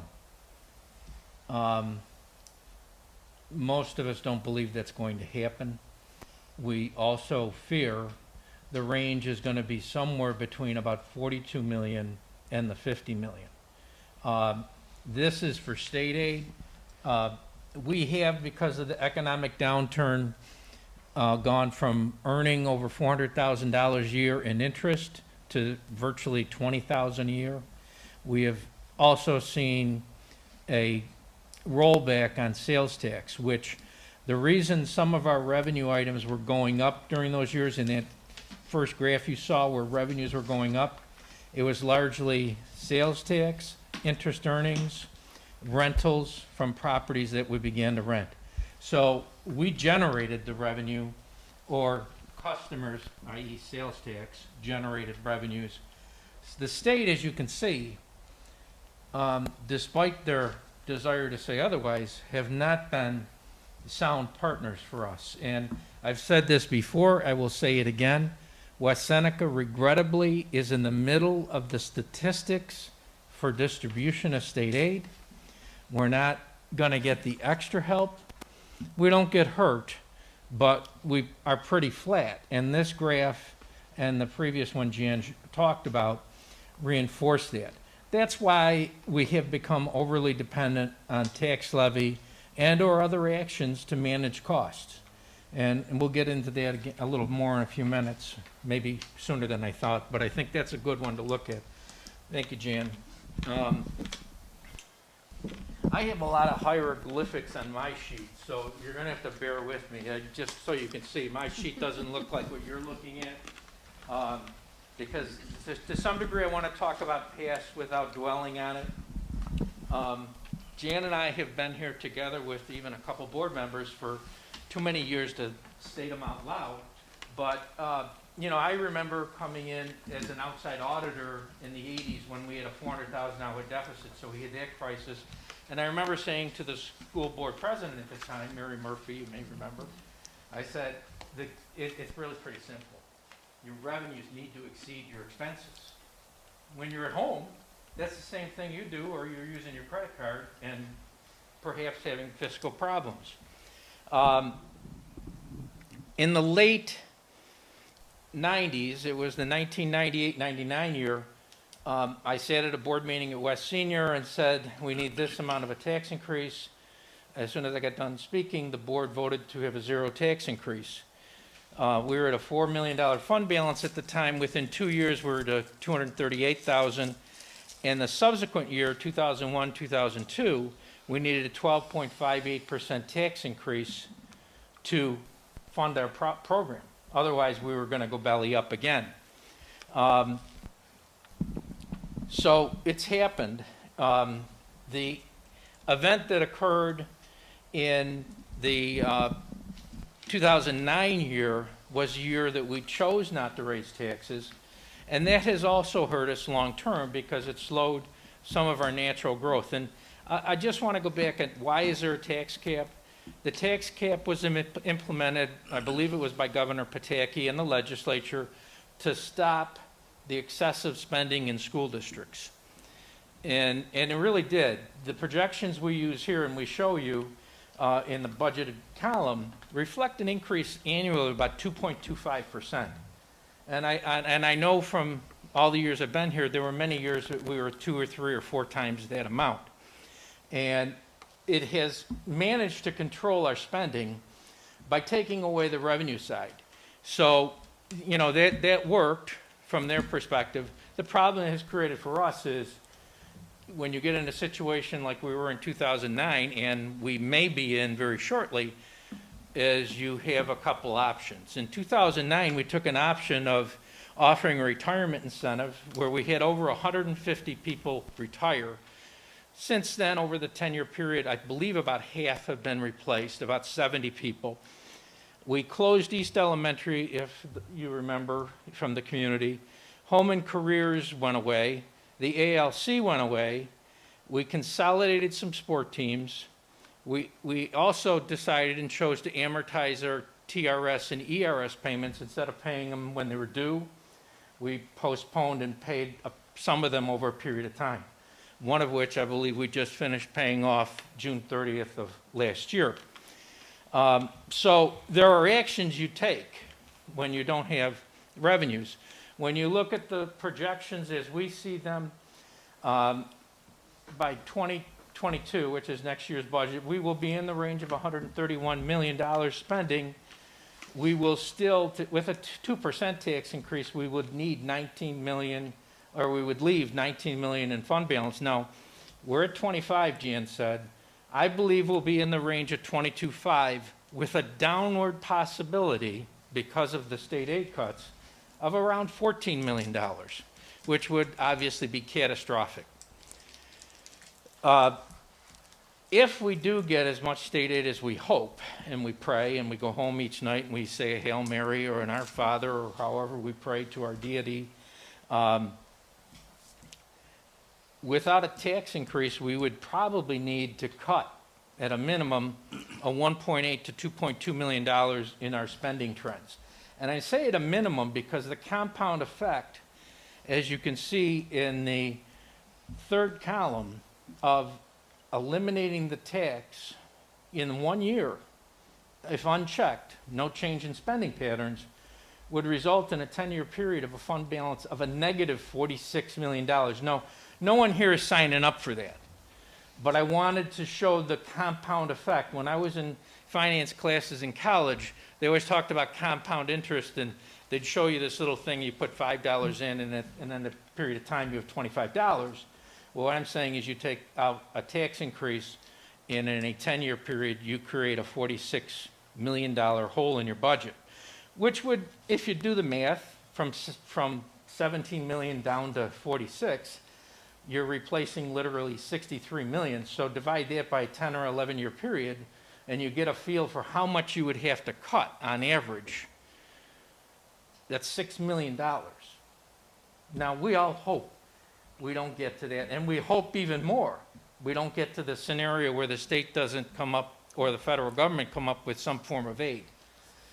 So we can hope and pray as much as we want, but these are the mathematical data of just one step of no 2% increase. And there was a question raised by someone about not raising taxes. I've already spoken to you about 3 or 4 examples of what's happened. Every deficit we've had in the district has had a unique correlation to a zero tax increase, and it's not unique. What happens is you cut your taxes down to zero, but you don't make the subordinate cut necessary on the spending side, because in a few minutes we'll see what types of programs do you really need. What are you talking about? What happens? It's hard. It's hard stuff. It's not easy. One of the problems that we have, and people say, you have $25 million in fund balance. Well, we need at least $12.5 million for cash flow. And that means to get from June 30th to around the 1st of October. Because the way state governments set us up 50 years ago or more, they decided tax collections, because schools weren't open until September, they didn't need the money until September. Well, that's not how it works. We've gone from a cash basis statement, which means whatever you had in your wallet is what you could spend, to an accrual basis, which means we have revenues and expenses like pension costs that are due, other bills that are due for different services that we get. So we have that affects our cash flow. We need the cash to cover the non-cash assets and liabilities we have on our books. And we can go over a financial statement at any time to show how that works. Also, and that correlates to the fact that we have a 9/15 to 10/15 tax collection period, the latest tax collection period of any local government. Other local governments start in February for county and town. We start 2.5 months after our year. I still don't understand it. That, you know, when you talk about, I wish that legislation could be changed, why it isn't July instead of September, I'm just doesn't make sense to me, but I'm old and things don't make sense to me anymore. Right, and that's why we used to have to borrow always about August, even from the city. Well, that's it. I mean, Yeah, when we you always had to say borrow. you need cash, Yeah. you need cash, because you do have bills to pay. And we always had to borrow.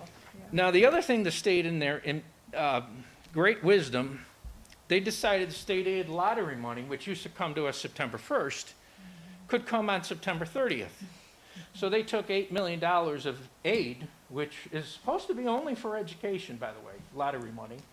You know, Peter's smirking, and I don't know what you would see on my face. It's both a laugh and a smirk, Pete, so you're not alone. But that money now is 30 days later to us, and I'm thinking to myself, how does that help a school district? What it does is it helps the state, because they were investing that money for a month, and they get a lot of money. And the controller always says, well, I can do a better job investing billions instead of you investing $8 million.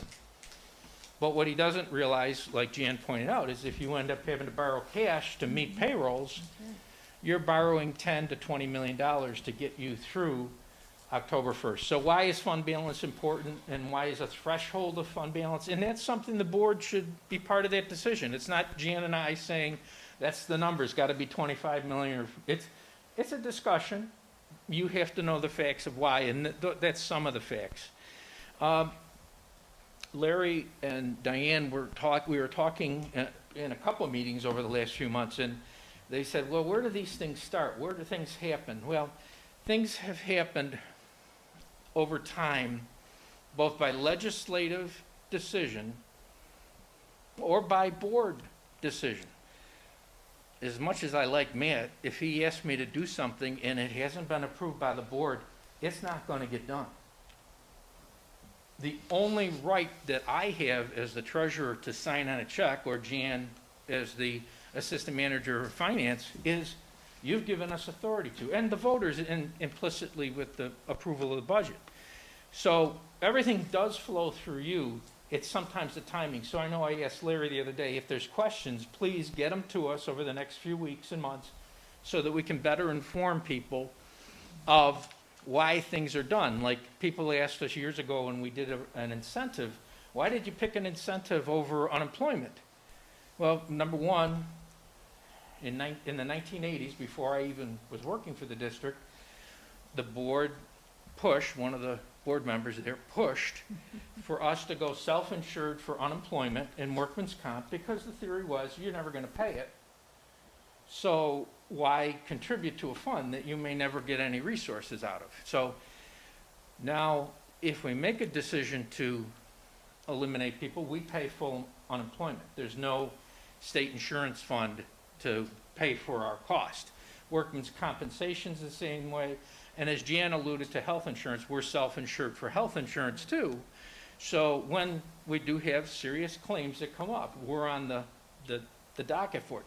We have saved money, and I can't tell you how much exactly to the penny, but that has contributed, particularly in the last 5 years, to us building a $25 million fund balance.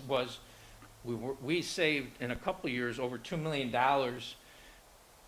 in health insurance versus the old premium basis that we used to have when we paid a company. So that money went into the fund balance. So somehow we have to always figure out, okay, we got to be prepared for, the bad rash of instances. So these things did happen, and they do happen, and they do come from the board or from the legislature.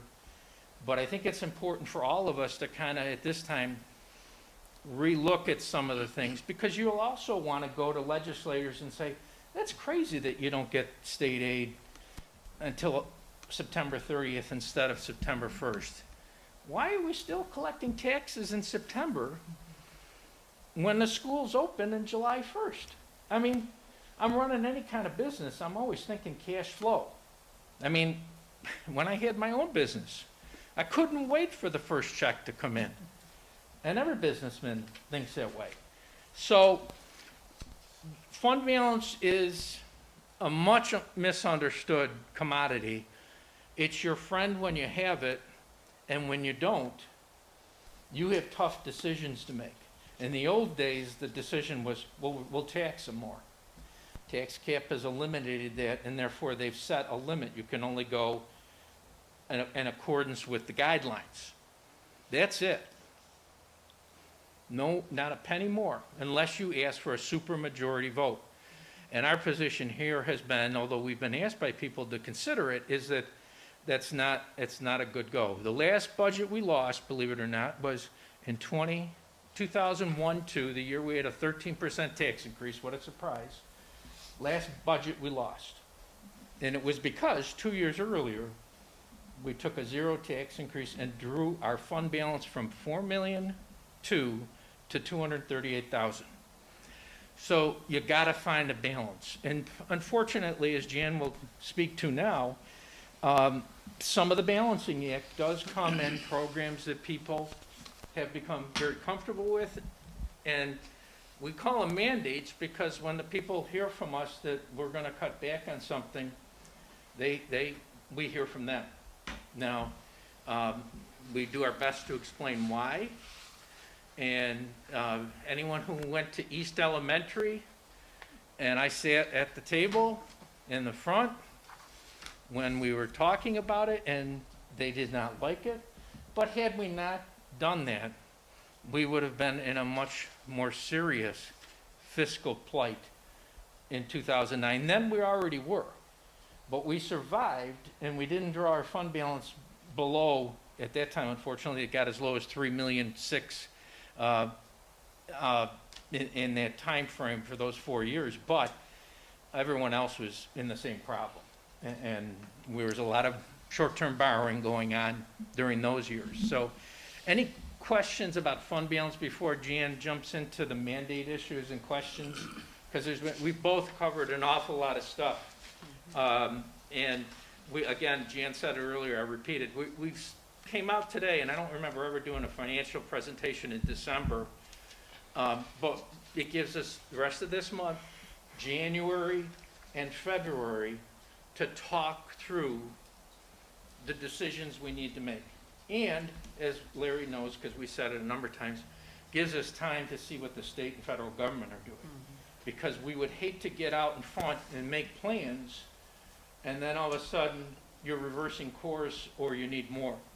You know, you don't want to play that. My suggestion to Diane and Larry and Matt, and John was in the room, and Jan was, we develop our budget as if it's a traditional fiscal year. And decisions can be made anytime up to the start of school next year, and they could be any decision to reduce spending. You're always allowed to lower your spending during a year. You cannot increase it. Once we get through the vote, board approval and vote, that's it. Cannot spend a penny more. So, you know, we try the best we can to abide by laws. And as Jan said, we've had audits. We've had audits for as long as we've been here from multiple locations. And we generally have a very good reputation for being compliant with the laws and regulations of the state of New York, and generally running in good fiscal health. Now, at another time, we'll talk about the controller's analysis of fiscal risk and the things that will affect it. One of the biggest things is when your expenses exceed your revenues, you start getting minus points. Fund balance goes down, you get a minus point. So we want you to be aware of how it all plays together, because it's not one decision. It's a series of actions that will result in long-term ramifications. And again, when Jan and I sat in my office, and we did this the other day, Larry, right after we met with you, and when I saw the 46 million, I said, it gotta be a mistake. And then I started doing compounding of not having that almost $2 million in taxes. And I said, yeah, because that's 2 becomes 4 becomes boom, because it rolls up pretty fast. So that's why I wanted to reinforce, and we added the mandate piece in there, because there is an option. It's not like, oh, this is what's going to happen. It's not going to happen, because you're going to have to do something else. And Jan, why don't you? Brian, can I ask one question before you switch it over to Jan? So what you're saying is you're recommending us going out for the 2% or whatever the tax thing is, start our budget that way, and then depending on what the governor does in their budget, if they cut us back, then we just start cutting back. Because when I went to pay my school taxes this year, I know a lot of people were upset because they didn't want to pay their taxes because the schools were closed. So I'm just asking, that's your recommendation? You think that we should start there, and then we can just move down if we have to? Yeah, remember, schools weren't closed. We just weren't in active session. But we were in. That's the perception. I understand, and I also understand that a lot of people in the community don't want to even take the time that you as a group did just listening to Jan and I. I mean, there's a lot of stuff that goes on, and it's not as easy as to say. Now, I'll answer your question in 2 ways. No matter what, I would always take the 2% or whatever the tax cap is, because it was set up that way. And I would never promote going over the tax cap, because I think that's part of the compact you have. whether you go less than the amount of what the tax thing, I think that depends upon certain things, is what are the revenue numbers come back? What are the budget numbers come back? Does it fit in a long-term plan? I mean, you know, that's, I think, the factor that changes your mind. You certainly have the right up to adoption, and then right up to implementation of the budget to make modifications. Jan asked me tonight, she goes, well, you know, we're spending a lot more in cafeteria. Can we amend their budget? Cafeteria is the only fund we can amend upwards. We can always cut budgets. We've done it, Matt, and how many times have we paused or frozen expenditures? In the last 10 years, it's happened more than I'd like to, you know, remember, because we've had to deal with the issues that we're dealing with right here. Uncertainty on how much money we have. And I wish I could be more hopeful and say that we're going to get everything. We're not. I think in the back of our minds, we need to look at the list Jan starts and begin to start saying, okay, give us data. I mean, you've asked some questions that I saw that board members asked, that Diane sent to us. You know, we have to first clear up for you those things that aren't going to help us. People talk about, well, let's not do pre-K, and let's not do before school, after school, and you know, the adult education program. It's a net cost. If we close it down, we lose the same amount in revenue. What does it help us, other than we've, you know, reduced our budget a little? So we have to truly look at things that are going to affect us. We have to look at it too. Does that cut result in the loss of aid? But not only that, some of those, like the before and after school program, is a godsend for parents that work. I mean, there's things that, you know what I mean, we have to look at what the priority of our community is, and our parents and our families. And the problem that we all have, Mary, and I've known you for a long time here, is that no matter what we say, somebody is going to use that program. Remember, one of the things I didn't say is I know we consolidated some sports teams. I think swimming was one. I don't remember which other ones, but there were still people that wanted one for the West and the East. You may have to make decisions like that. And other items that are going to be seen on this list, I don't see anything in there where I have a stream of people that are going to agree on everything that we go after. So we've got to give the rationale for why we would need to do it. You know, we can't afford it. That's a rationale, and we'll have to provide support showing it, which is part of what we tried to do today. We're in a difficult position, and you know, I reflecting on coming here tonight, I'm thinking this is the 4th time in my career here that we've had this type of situation, and it's not fun, and it's not easy. And every time we did it, whether some might remember when we were going to do something with Winchester, and we had people come in to the Ed Center to a board meeting, and overflow crowd, and people were really angry. 400. Yeah, I was there. It was one of my first meetings, and I sometimes wish it would have been my last, because it's hard. We're not asking you right now to consider to do easy things, because quite frankly, I don't know many easy things. There are things that we will be able to understand better as to why we're doing it, and I think that's what we have to work on over the next 3 months. And part of it, Matt and the board is going to have to start messaging that we will make every effort that we can to present a reasonable budget that meets the educational and community interest. And that does include tax.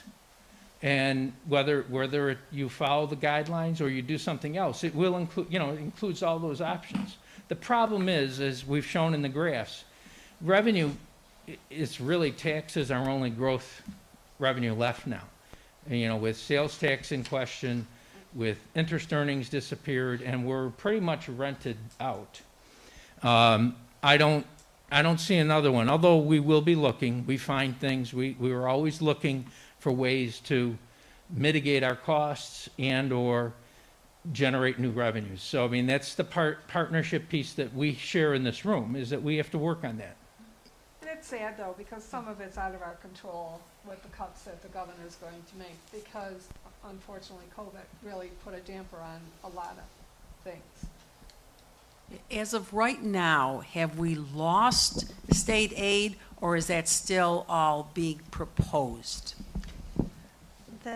We actually had some withholdings, but not as of late. We haven't received all our school state aid, our school lunch state aid, and there was some withholding on the excess cost, I believe it was, but nothing on our last round of it.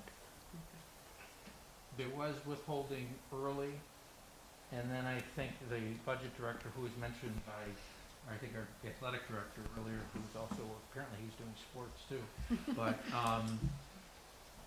he realized that what he was saying was out of order, because you have a legislature that does participate in that process. They can't just do it. They have to have legislative action, which is, again, why you need to be informed, because you can talk to your legislators and at least make the decision based on the best interests of all.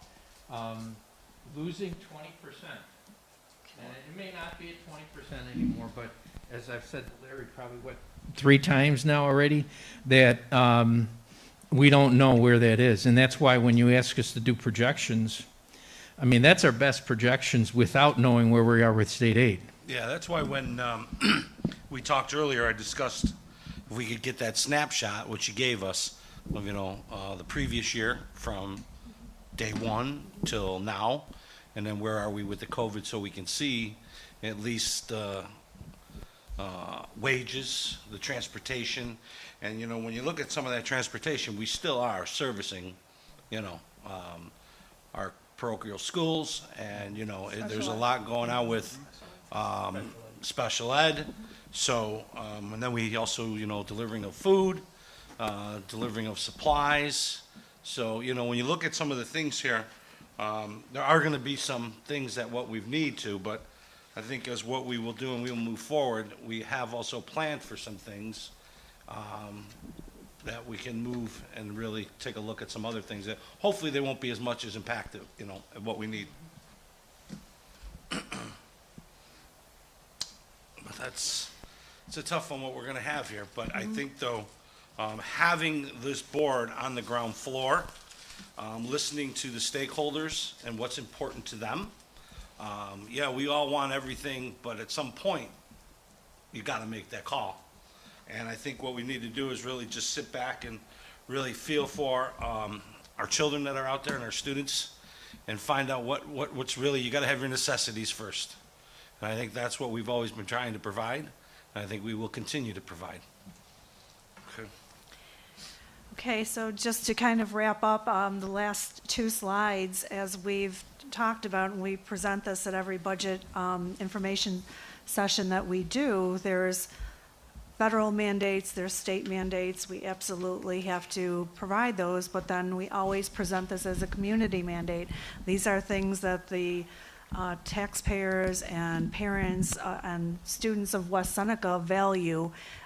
We always feel that's important, but that they are community mandates, not state or federal. So it is a somewhat comprehensive list of things that are not absolutely mandated by the state or federal government. Academy programs, art, athletics, I can just go down the list, you can read them. Secure school resource officers, security guards, these are all areas that are not absolutely mandated by the federal or state government, and they continue on over here. So they're areas when tough decisions have to be made, need to take a look at those. Any other questions for us? No, thank you. When that budget failed, you said, when was that? 2001, 2002. So it failed, it was a 13% increase? 13%. What happened after it failed? What was the We had a process? second vote. We had a second vote. We had a second vote, and that And it failed passed. also. And that was for the We same had- tax that was the increase, year or? we had a contingency Yeah. budget, but your taxes could go up whatever revenue need you Right. had. 'Cause And our that revenue wasn't need in there. was 13%. That's what's changed. That's what's changed. With the tax cap. I don't mean to laugh. I apologize. So the budget failed twice for the same tax increase, but then taxes ended up going up that amount anyway. And that's why people were so angry about the non-tax cap budget. Okay. The new law is if your budget's defeated, you go back to the prior year's tax levy. Okay. So there was again, the series of laws were not created by us. Right. We followed them. Oh, yeah, no. And economically, we were looking at going into deficit spending or massive program reductions. So the roughly 12.58%, which was it was, we raised.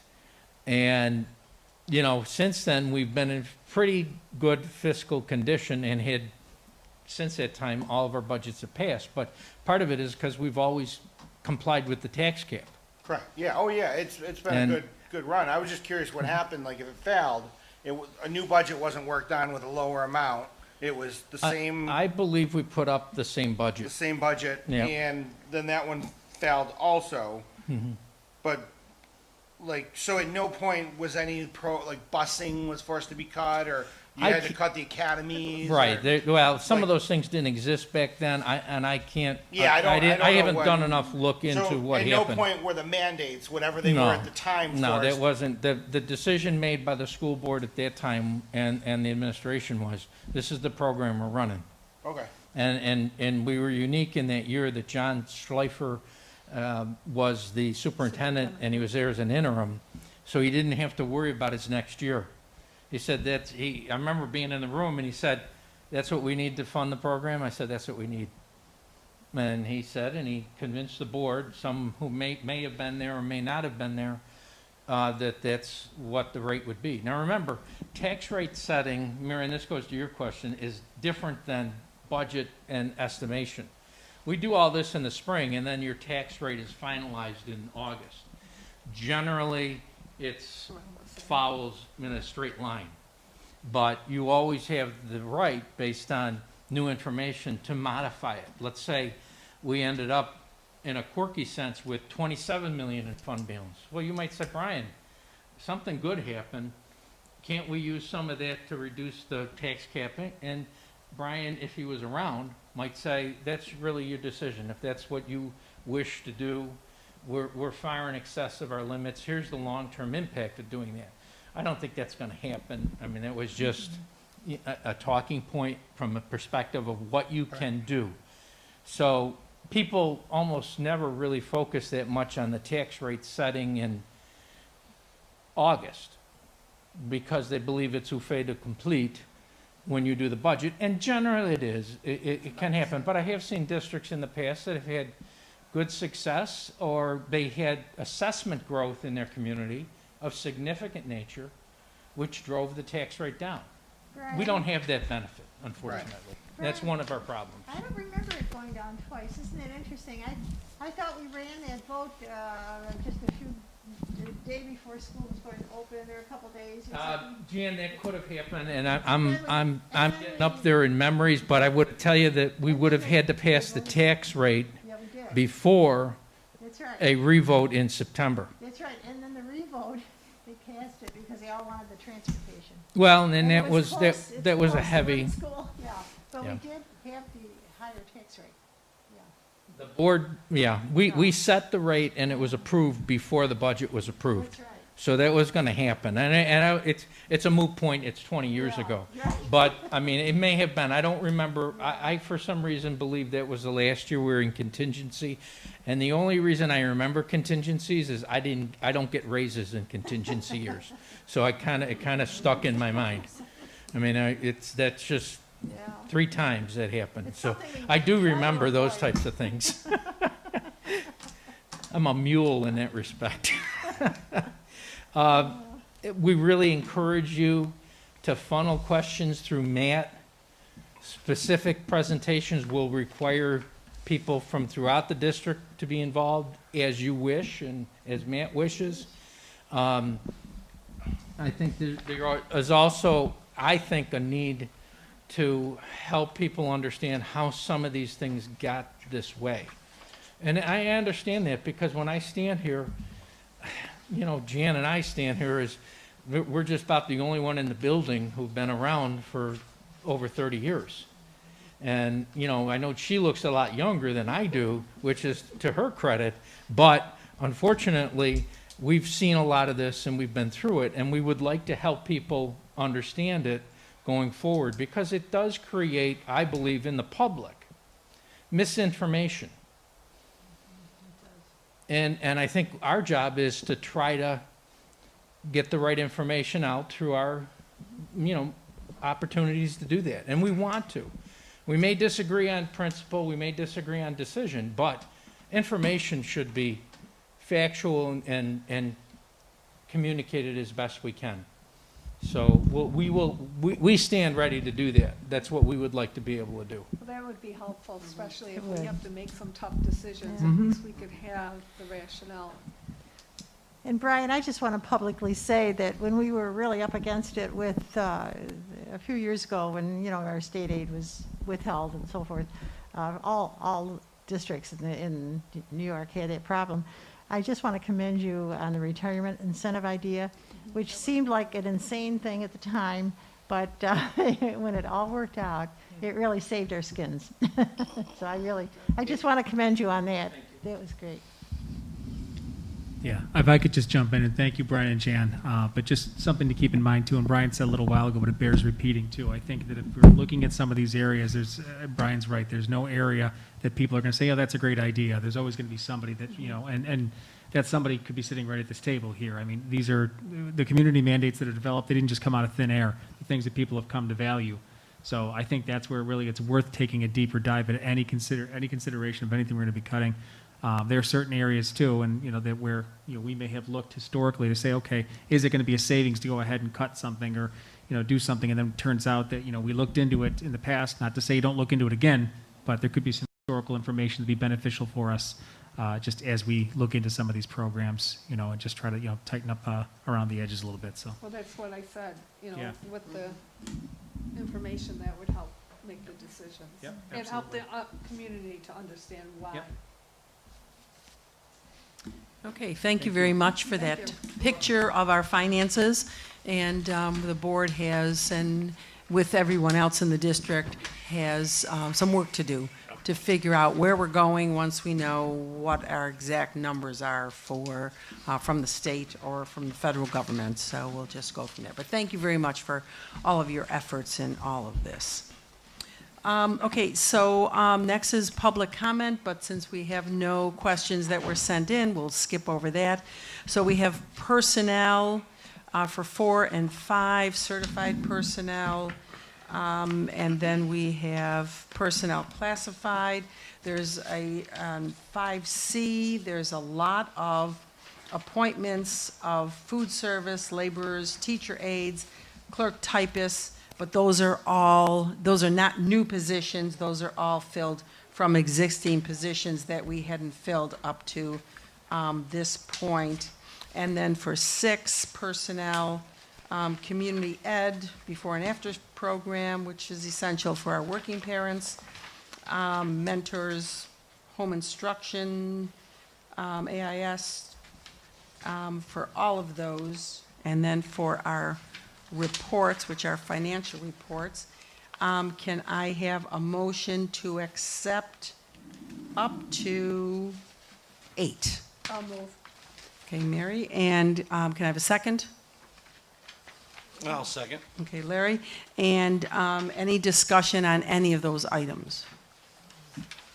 We've all had time to go over the agenda, so can I have a vote? All in favor? Aye. Opposed?